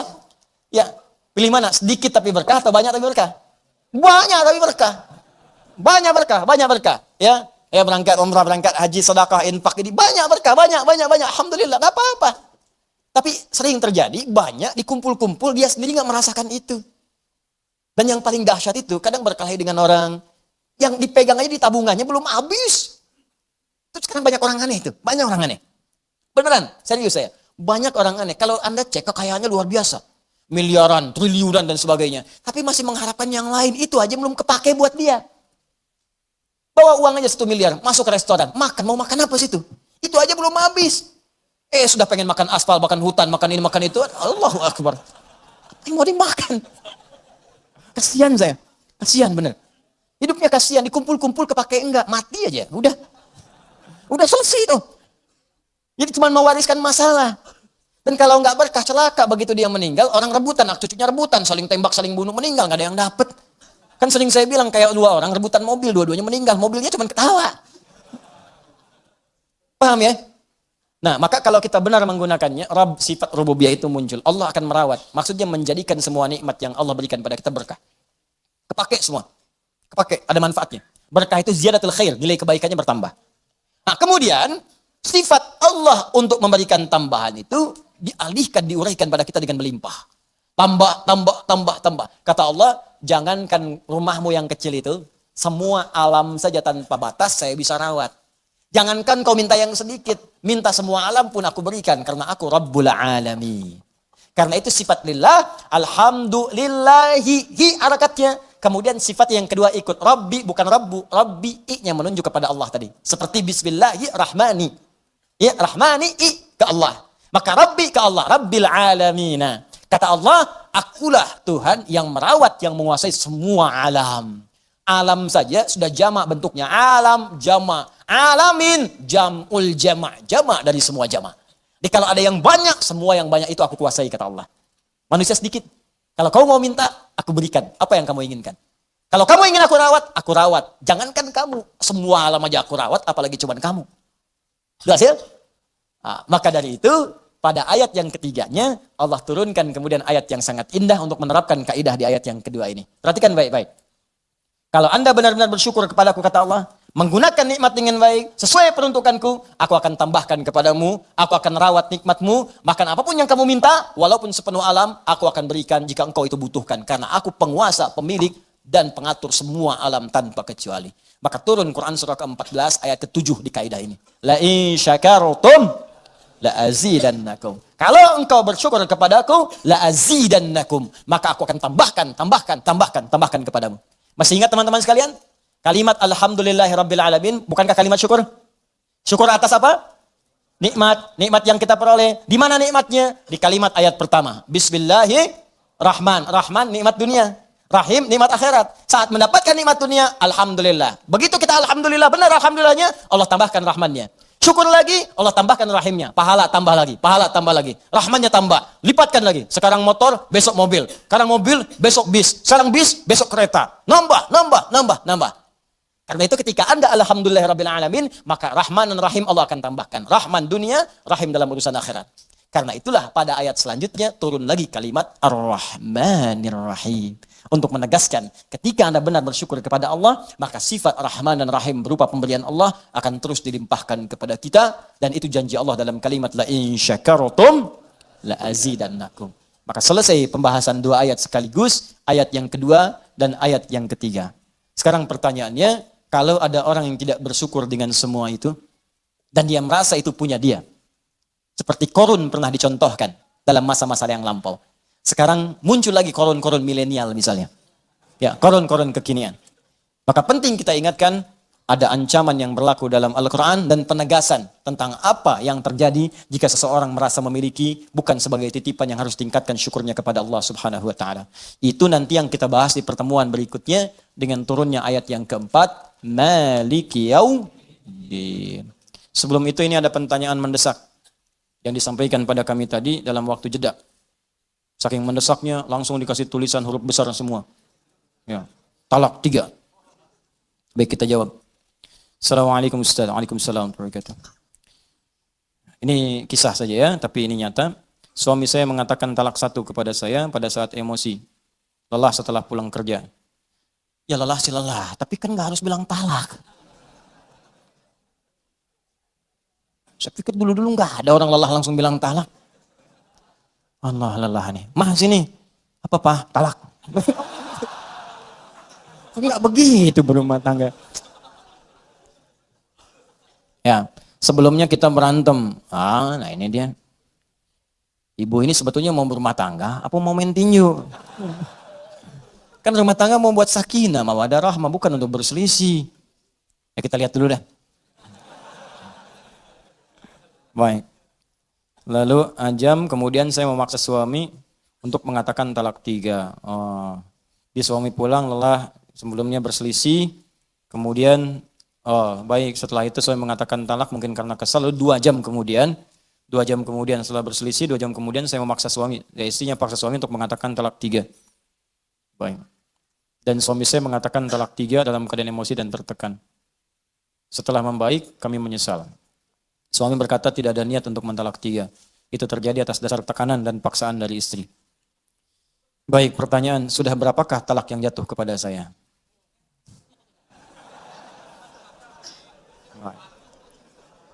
Jika suami mentalak saya 2 kali padahal belum ada rujuk sama sekali. Baik, tolong dijawab ya Ustadz dengan jelas agar saya paham dan memperbaiki rumah tangga. Jazakumullah khair. Saya senang dengan kalimat terakhir. Saya senang sekali. Ya, saya senang dengan pertanyaan ini karena ketika pertanyaan ini ditanyakan, diajukan, itu tandanya Anda memang ingin berislah. Ingin mendapat kebaikan dari Allah. Itu yang paling baik. Ada Al-Quran di surah keempat, ya, surah An-Nisa ayat 35. Fa'in khiftum shiqaqa bainahuma fab'athu hakaman min ahli wa hakaman min ahliha. In yurida islaha yuwaffiqillahu bainahuma. Yang bertanya ini, yang menyampaikan pada kami, buka Quran surah keempat An-Nisa ayat 35, paling kiri di pertengahan. Allah menyampaikan jika dalam rumah tangga kalian khawatir ada perdebatan yang nggak bisa diselesaikan sehingga berdampak pada perpecah belahnya rumah tangga. Maka kalau nggak bisa menyelesaikan sendiri, maka undang atau tanyakan pada orang bijak, hakaman, orang bijak, orang paham hukum, orang bisa memberikan solusi. Bukan curhat pada orang yang menambah masalah. Awas, ini rumus di rumah tangga kalau sedang punya masalah, ibu khususnya, jangan curhat pada orang yang bisa menambah persoalan. Cari orang yang bisa memberikan solusi, boleh cerita. Boleh cerita, tapi bukan pada orang bisa hanya berbagi cerita pada orang lain, apalagi media sosial. Hati-hati, cuma ditulis bikin status. Kamu tidak seperti aku kira. Tuliskan, tungguin komen, itu cuma nyebar sendiri. Nanti begitu masalah selesai nggak bisa diralat. Tungguin komen, datang-datang celing maghrib ada. Kunaon ece, kenapa gitu? Kan nggak lucu. Baik, teruskan ke sini, balik ke sini. Kemudian kalau sudah seperti itu, lihat kalimatnya in yurida islaha yuwaffiqillahu bainahuma. Jika keduanya ingin islah, memperbaiki, ingin lebih baik lagi, ingin lebih mulia lagi, ingin Allah ridha, maka Allah akan berikan petunjuk kepada keduanya untuk memperbaiki keadaan rumah tangganya. Maka syarat yang pertama sebelum saya jawab ini pada yang bertanya, niatkanlah untuk memperbaiki diri dulu. Jangan sekedar mendapatkan jawaban. Kalau sudah niatnya benar, ingin mendapatkan ridha Allah, ingin memperbaiki, insya Allah akan lebih mudah jalannya untuk diperbaiki dan untuk mendapatkan kenikmatan lebih baik dibanding dengan hari-hari sebelumnya yang telah dilalui. Nah, maka baru kita bicara kepada hukum. Ini dulu perbaiki niat. Kalau niatnya benar, kata Allah, saya akan beri jalan supaya rumah tangganya lebih indah, lebih nyaman, lebih samara dibandingkan persoalan-persoalan sebelumnya. Baik. Maka hukumnya yang pertama apa? Yang pertama, talak itu tidak bisa dijatuhkan seketika punya nilai lebih daripada 1. Itu punya jeda, punya interval. Misalnya kalau dijatuhkan, misal keluar dari kalimat seorang suami, saya talak kamu saat ini. Mau diucapkan saya talak 10 kali, saya talak 3 kali, saya talak sepanjang gunung, saya talak misalnya dari Sabang sampai Merauke. Ya, saya talak seluas samudera, tetap jatuhnya 1. Jatuhnya 1. Kapan 1 itu kemudian prosesnya? Talatata quru, 3 kali masa suci. Ditalak dalam keadaan suci misalnya, ya kemudian dia haid sekali, dan yang kedua lagi haid lagi, yang ketiga kemudian haid lagi, suci pada yang ketiga kali, baru itu batas terakhirnya. Nah, talak ketika diberikan ini yang pertama disebut talak raj'i. Raj'i itu dari kata ruju', berpeluang balik. Jadi sebetulnya talak itu bukan untuk memisahkan asalnya, tapi untuk merenungkan supaya memperbaiki hubungan keluarga. Ini banyak orang salah persepsi. Ya Allah itu saking sayang dengan rumah tangga, jangan pisah, jangan pisah, jangan pisah. Makanya ketika diberikan talak yang pertama, sulit nih, nggak bisa diselesaikan talak. Talak pertama ini disebut rujuk. Motivasi talaknya untuk berpikir supaya rujuk lagi. Bukan supaya pisah. Apalagi saat talak yang pertama ini sengaja berbuat onar supaya pisah betulan. Tidak, renungkan dulu, ini sejalan nggak, benar nggak di rumah tangga nih? Ya, ada nggak rasa cinta nih dalam saat sekali masa suci, ada nggak perhatian? Nanya nggak, kan? Ada nggak peluang untuk diskusi? Terbuka nggak untuk bicara, untuk memperbaiki diri? Itu disebut rujuk namanya. Kalau dalam masa itu tiba-tiba ada ungkapan, maaf, aku rasanya berbuat banyak kesalahan kemarin. Atau ada rasa rindu, tiba-tiba nggak keluar kata-kata itu, tiba-tiba malamnya berhubungan misalnya. Dengan berhubungan itu selesai, nggak ada akad, nggak ada macam-macam, talaknya nggak berlaku lagi, selesai di situ. Ya, talak pertamanya selesai dan rujuk dia di situ. Ya, cukup dengan mengucapkan misalnya kita rujuk lagi atau tanpa kalimat itu cuma berhubungan malam harinya. Begitu berhubungan, selesai. Ini memang agak unik, katanya kesel, tapi berhubungan, gitu kan? Itu tandanya masih sayang. Ya, tanda sayang, ada tanda cinta, sudah. Begitu berhubungan, selesai, talaknya selesai, tuntas. Rujuk lagi. Rujuk, nggak berlaku talak. Paham ya? Nah, nggak berlaku hukum di sini. Jadi, masanya 3 kali masa suci. Kalau 3 kali ini, nggak ada sama sekali, memang dia abai. Ternyata bermaksiat di belakang istrinya misalnya. Atau istri bermaksiat di belakang suaminya. Ya, memang seperti itu, nggak bisa disatukan. Nggak ada sayang, nggak ada tanda, cuek, macam-macam dan sebagainya. Bahkan melarang untuk ta'lim, melarang untuk sholat, melarang macam-macam. Misal, gitu kan? Dalam masa suci ini 3 kali nggak ada apa-apa, maka perempuan bebas. Bebas di sini. Nanti ada hukum-hukum apakah mengembalikan iwad atau lainnya, tinggal diproses secara administratif. Talak.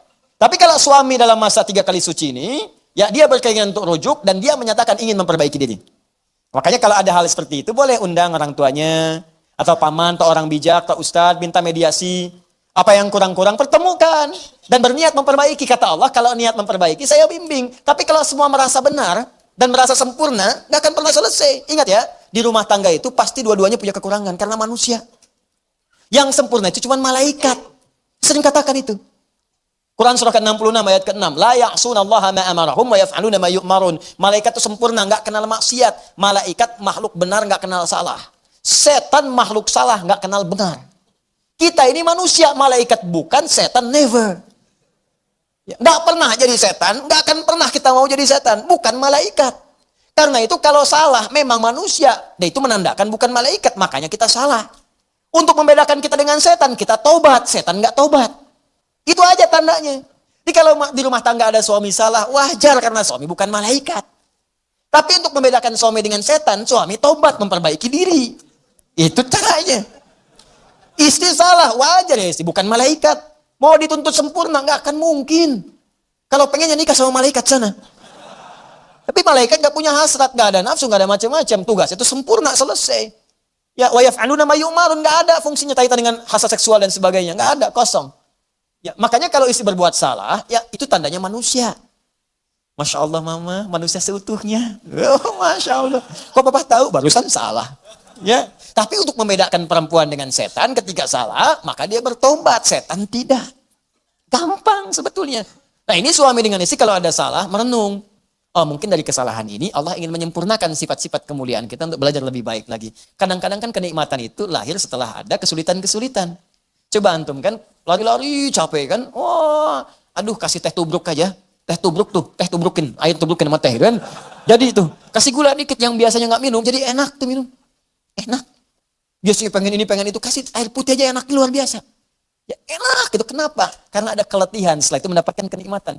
Makanya yusrun lahir setelah ada usrun. Inna ma'al usri yusra.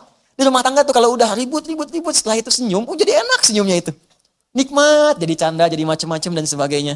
Ya, ya udah Pak kita baikan, ya udah. Papa sekarang mau kemana? Ke hatimu.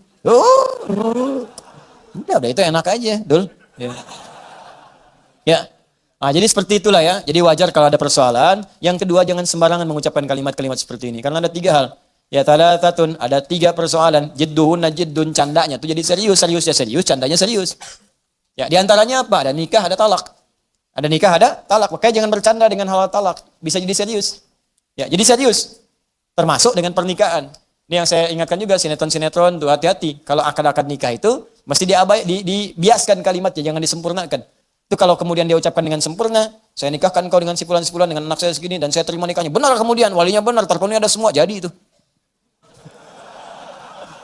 Jadi, ya kan? Sama dengan talak seperti ini. Jadi, saya percepat, ini hukumnya tidak berlaku talak 3, tidak berlaku. Talak pertama, jatuh dia hukumnya, kalau diungkapkan dengan perasaan sadar, dengan benar, kalaupun nanti emosi dan sebagainya, dipancing pada hal seperti ini. Ya, kalau sedang emosi, sedang marah, duduk. Kata Nabi kalau berdiri, duduk. Kalau sedang beraktivitas, diam dulu, supaya tenang. Kalau sedang berdiri, duduk. Jangan berselisih dulu.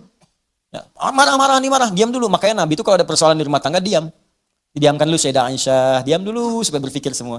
Sebab kalau sedang marah bicara, pasti keluarnya kasar. Kasar keluarnya. Kalau sedang marah, tangan bergerak, pasti kasar, kencang. Tuh. Ya, seperti itu. Kemana-mana nantinya. Diam dulu, itu rumusnya hebat di Islam. Cuma di Islam. Silahkan buka, cuma di Islam. Cek di setiap keadaan, setiap kepercayaan, nggak ada kaidah-kaidah itu. Ini urusan-urusan kaidah ya, dan urusan nilai. Silahkan. Sedang berdiri, duduk. Sedang duduk, berbaring. Tiduran dulu aja. Supaya lebih tenang dulu. Ya, kalau belum mampu juga wudu. Ya, amarah itu kan api itu setan, padamkan dengan air. Wudu, tenang gitu. Ya, jelas ya? Ya, bukan dengan pohon sengon, wudu. Wudu. Sudah, saya kira selesai jawabannya. Jadi sekarang yang bertanya pulang ke rumah, istighfar, ya malam salat bersama-sama, suami jadi imam, istri jadi makmum, minta ridha Allah Subhanahu wa taala, minta bimbingan Allah, insyaallah setelah itu rumah tangga dalam keadaan damai dan tenang insyaallah ya. Baik, izinkan saya menyampaikan pengumuman.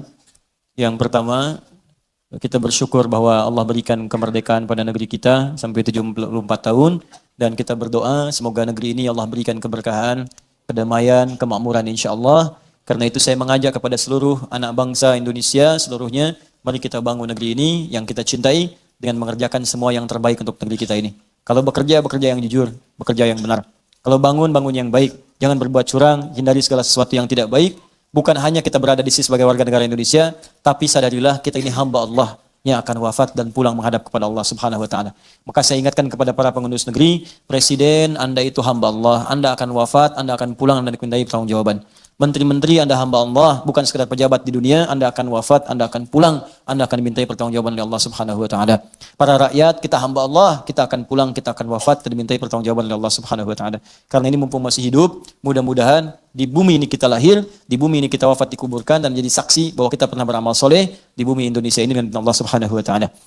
Baik, yang kedua, teman-teman sekalian, bagi Anda yang ikut nanti umrah di bulan depan, insyaallah hari Ahad kita ada manasik. Di manasik di pagi hari, mohon datang sesuai dengan waktunya, karena nanti saya akan langsung berangkat ke Jepara, insyaallah di Jepara nanti kami 1 September Ahad, ya malam Senin, kita akan mewisuda para penghafal Quranul Karim, dan hari Sabtunya pun, hari paginya, hari Ahad, kita akan mewisuda juga, yang karantina yang di sini, alhamdulillah kami telah karantina kurang lebih nanti akhir ini 30 hari, untuk metode 30 juz, dan mendapatkan dzauq Al-Quran, alhamdulillah sebagian sudah ada yang selesai, ada yang 24 hari sudah selesai 30 juz, ada yang 25 hari, ya ada juga yang masuk ke hari ke-28, 29, ya selesai juga kemudian hafalan Qurannya. Ada yang Allah berikan kemudahan-kemudahan untuk jalan berikutnya, ada yang dapat 15 juz, ada yang 8 juz, ada yang 9 juz, ada 10 juz, ya itu membuka jalan, karena yang didapatkan dzauq selanjutnya akan lebih mudah lagi. Yang saya bahagia ada juga kepala di sebuah kantor, ngambil cuti, Masya Allah, kepala cabang kantor, ngambil cuti, diizinkan kemudian dan Masya Allah menghafal Quran dari nol dapat 15 juz, ya Masya Allah. Berusaha dan insya Allah mudah-mudahan diridhai oleh Allah Subhanahu wa taala. Insya Allah Ahad pagi itu nanti untuk penutupan dulu dan ada extend nanti sampai ke wisuda tanggal 8 karena kita nanti ada satu ta'lim khusus ya yang akan menyampaikan informasi lebih penting lagi dengan izin Allah Subhanahu wa taala.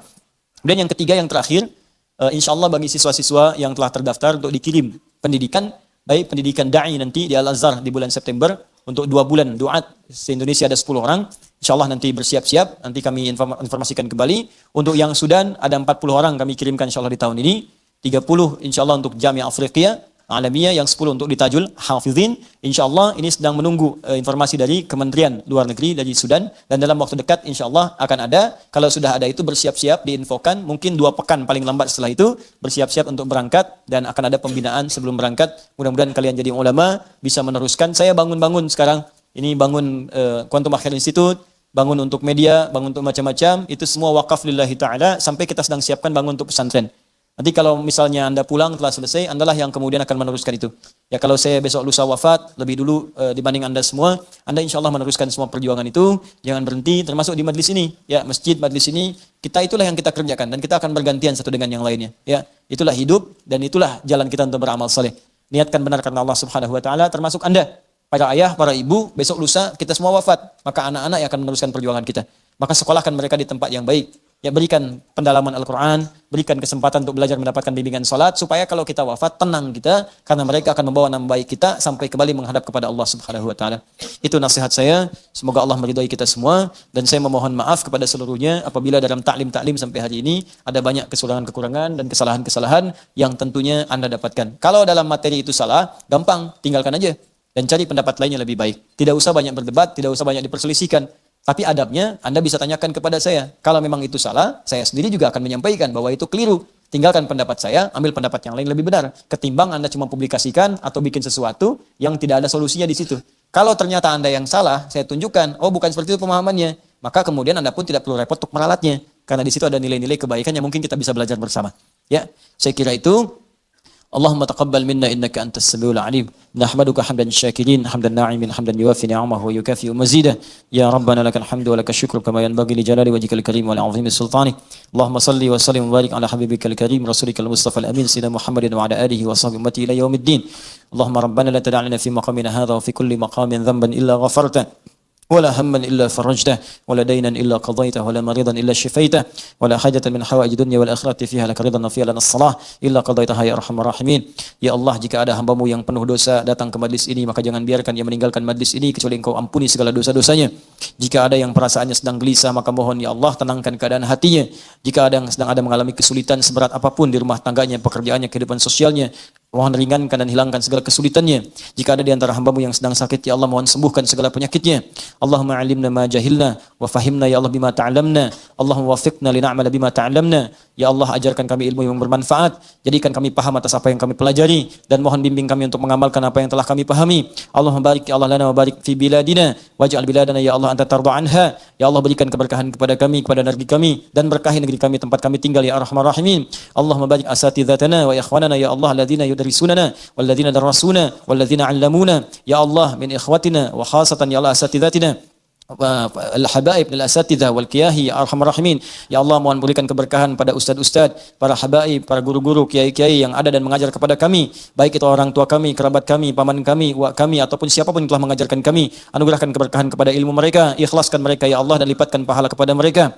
Allahumma rabbana atina fid dunya hasanah fil akhirati hasanah wa qina adzabannar bifadlika subhana rabbika rabbil izzati amma yasifun wa salamun alal mursalin wa akhiru da'wana alhamdulillahi rabbil alamin.